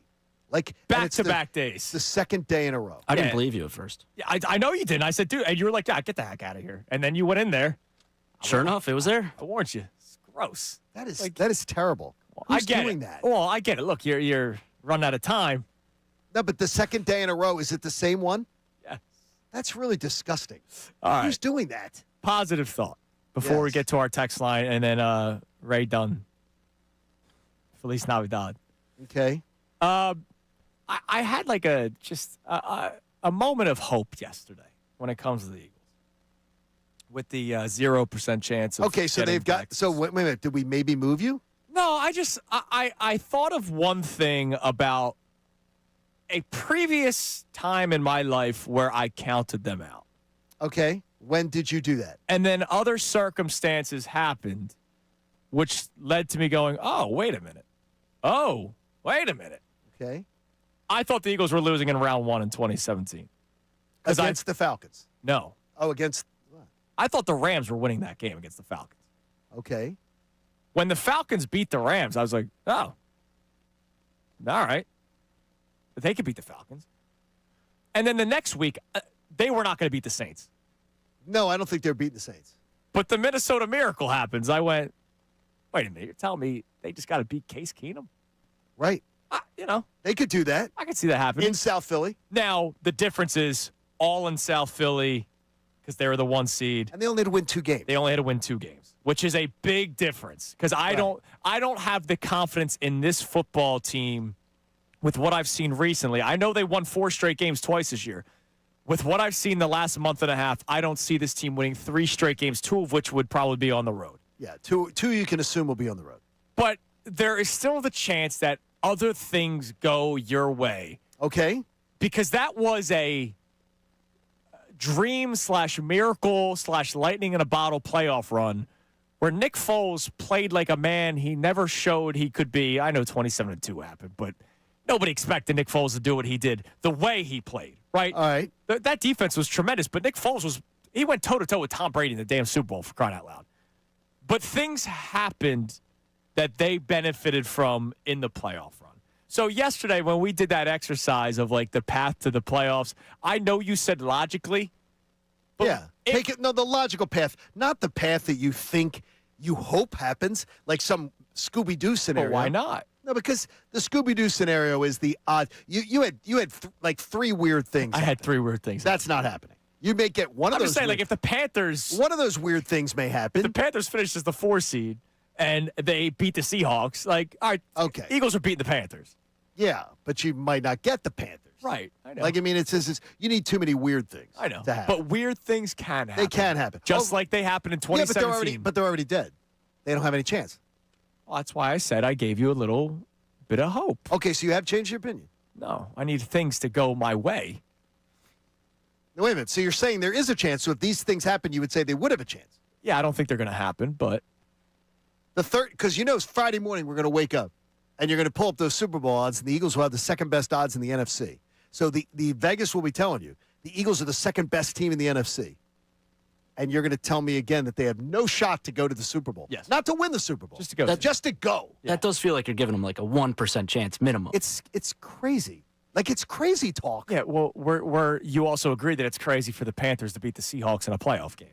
No, I don't think that would be crazy the way the Panthers would play defense. That could easily happen. You could see something like that happening. All right, to bring on the Panthers. But I mean, it's the idea of it can absolutely happen. But Will it happen? Who knows? Hey, the way Connor talks about their quarterback, sure. You never know. We'll see. Chris chimes in on YouTube chat. Weird things do go their way every time they go to the Super Bowl. I think so, too. I think like there's the Commander, the Lions being physically beaten down. Decimated. And the Commanders going in there and winning. Let's all agree that impacted the Eagles a little. No, it did.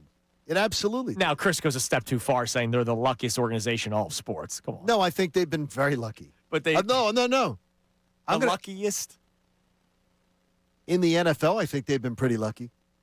I really do. I think they've been real lucky. How about when they went to the Super Bowl in 22? Giants, 49ers? That was your path to the Super Bowl?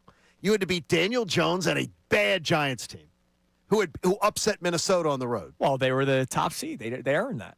What? Weren't the Eagles the 1 seed in 2022? Yeah, but they got to play the Giants because the Giants upset Minnesota because Minnesota was terrible, and Daniel Jones and the Giants came in. They were horrible. You had that win, and then you got to play in the NFC Championship game. You got to play a beaten-up 49ers team. I mean, it was that was that might have been the easiest path to a Super Bowl maybe ever that a team's had. I think the Eagles have been very, very fortunate. I love this. I need to have a psyche. Remember how last week we did a look at thyself day, right. psyche day? Right. I need to understand the psyche of what Jay King is saying on YouTube, what a lot of people say. He's not the only person that says this. What's that? I want to beat every team at their best. I want the best teams. Stop. I was rooting my butt off for Blake Bortles to beat the Patriots. Yes. And guess what? I was in Lincoln Financial Field getting ready to watch that title game. Yeah.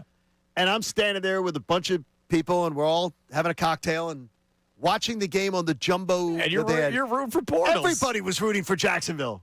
Come on. Everybody said, hey, no, Jacksonville, no. What is it just like I'm trying to be alpha male? Like, is that all it is? Like, give me the path of least resistance. So you're saying if you're driving along on the road, you go, okay, oh wow, that lane over there is clean and smooth, but that lane over there has debris that was dropped from that truck. I'm going to take the debris. I'm driving right through that debris. It's not smart in life. Don't navigate life that way. Was the 2009 Phillies World Series fun for you guys? Because it wasn't fun for me. No. I didn't want the Yankees. No. By the way, was the 2008 World Series fun for you guys? I loved playing them versus Boston. I wanted the Rays in 08. Yeah, I wanted to play them, not Boston. Yeah, I thought that'd be great. Like the warm and fuzzies that you feel from 08 is a lot better than the warm and fuzzies you feel from losing to the better team in 09. Like, that's nonsense. I get it. The story of beating Brady is always going to be an iconic one. But it would have been iconic if they hoisted their first Lombardi trophy after beating Blake Bortles. Nobody would have cared who you beat. It's a mentality thing, he says. And I must be soft. Seriously, stop. All right, what have we got in the text? By the way, no coach in the NFL is going, man, you know what? Hey, bring on Brady, dude. We want them, but we don't want the Jags. No. We want to face Brady and the Patriots. Bring on Belichick and Brady. Said, oh, damn it. Exactly. They still won, though. What do we got? All right. One person checking in saying Garcia is getting half of what Casty gets, so he's half the player is fine. Yeah, no, but you know what you also have to do? Pay Nick Castellanos because no team's picking up that salary, dude. Because you went and signed Garcia. You're getting less for Castellanos, which means you're probably going to have to pick up more of his $20 million. So remember, whatever you're paying Garcia, add whatever you have to pick up to send Castellanos out the door. Let's say it's $10 million. You're paying Garcia $20 million. You're paying him $20 million, so you're not saving any money. And more importantly, you are not getting him being half the player. How does that benefit you? Because you're not. That doesn't make you better. No, it doesn't. At least not half the play on defense. By the way, I don't think he's half the player. I really don't think. I think you're going to be very pleased with some things that Garcia does, and I think you're going to be displeased with others. By the way, Jay King follows up. Sure, championships are fun, but you got to want to be the best. No, you want to be the best. Championships are fun, and period. I don't need to have to do the whole who they beat. No, championships are the best. Period. End of story. All right, tell us about life-saving cancer research, please, I got to Johnny. tell you, folks, take good care of it. Take good care of yourselves, too, in this season. Wash your hands. Window Nation made a donation to the AACR, the American Association for Cancer Research, and you can, too. Go to 975thefanatic.com/AACR because I'm living proof that cancer research saves lives. And check out the Fanatic deal of the week. 8-hour flex adult lift ticket to Montage Mountain for just $40. It's over 50% off. Montage Mountain offers unforgettable skiing and snowboarding with 27 trails for all skill levels. Get this deal while supplies last at 975fanatic.com/deals. And we're going to say goodbye today to and congratulations to our man John Brazier. Yes, as he heads off into the sunset. Good job by Johnny Brazier. Now, Montage Mountain is a great holiday gift, and maybe while you give somebody the gift of the Fanatic deal of the week, you can have this playing in the background. Feliz Navidad. Feliz Navidad. Feliz Navidad, prospero año y felicidad. Feliz Navidad. Feliz Navidad. Feliz Navidad, prospero año y felicidad. Oh, yeah. Hit it, Ray. Wanna wish you a Merry Christmas. Oh, yeah. I wanna wish you a Merry Christmas. I want to wish you a Merry Christmas from the bottom of my heart. Was he on a Stairmaster singing that? I think that's my new ringtone for Ray. That could be. Oh, that's a great one. Get that. Yeah, get the. We all ringtone. want to use it. I think that should be the first song every family plays when they wake up Christmas morning. That's awesome. Every family. All right. Have a great day. Ray Dunn uniting the world. Everybody have a great rest of your day. There you go. We'll be back at it tomorrow morning on a Thursday. Middays with Marks comes your way next with Johnny Marks and the great Ray Dunn for that incredible rendition of Feliz Navidad. Sean Rodman, great job today. Connor will be back at it tomorrow, and we'll talk to you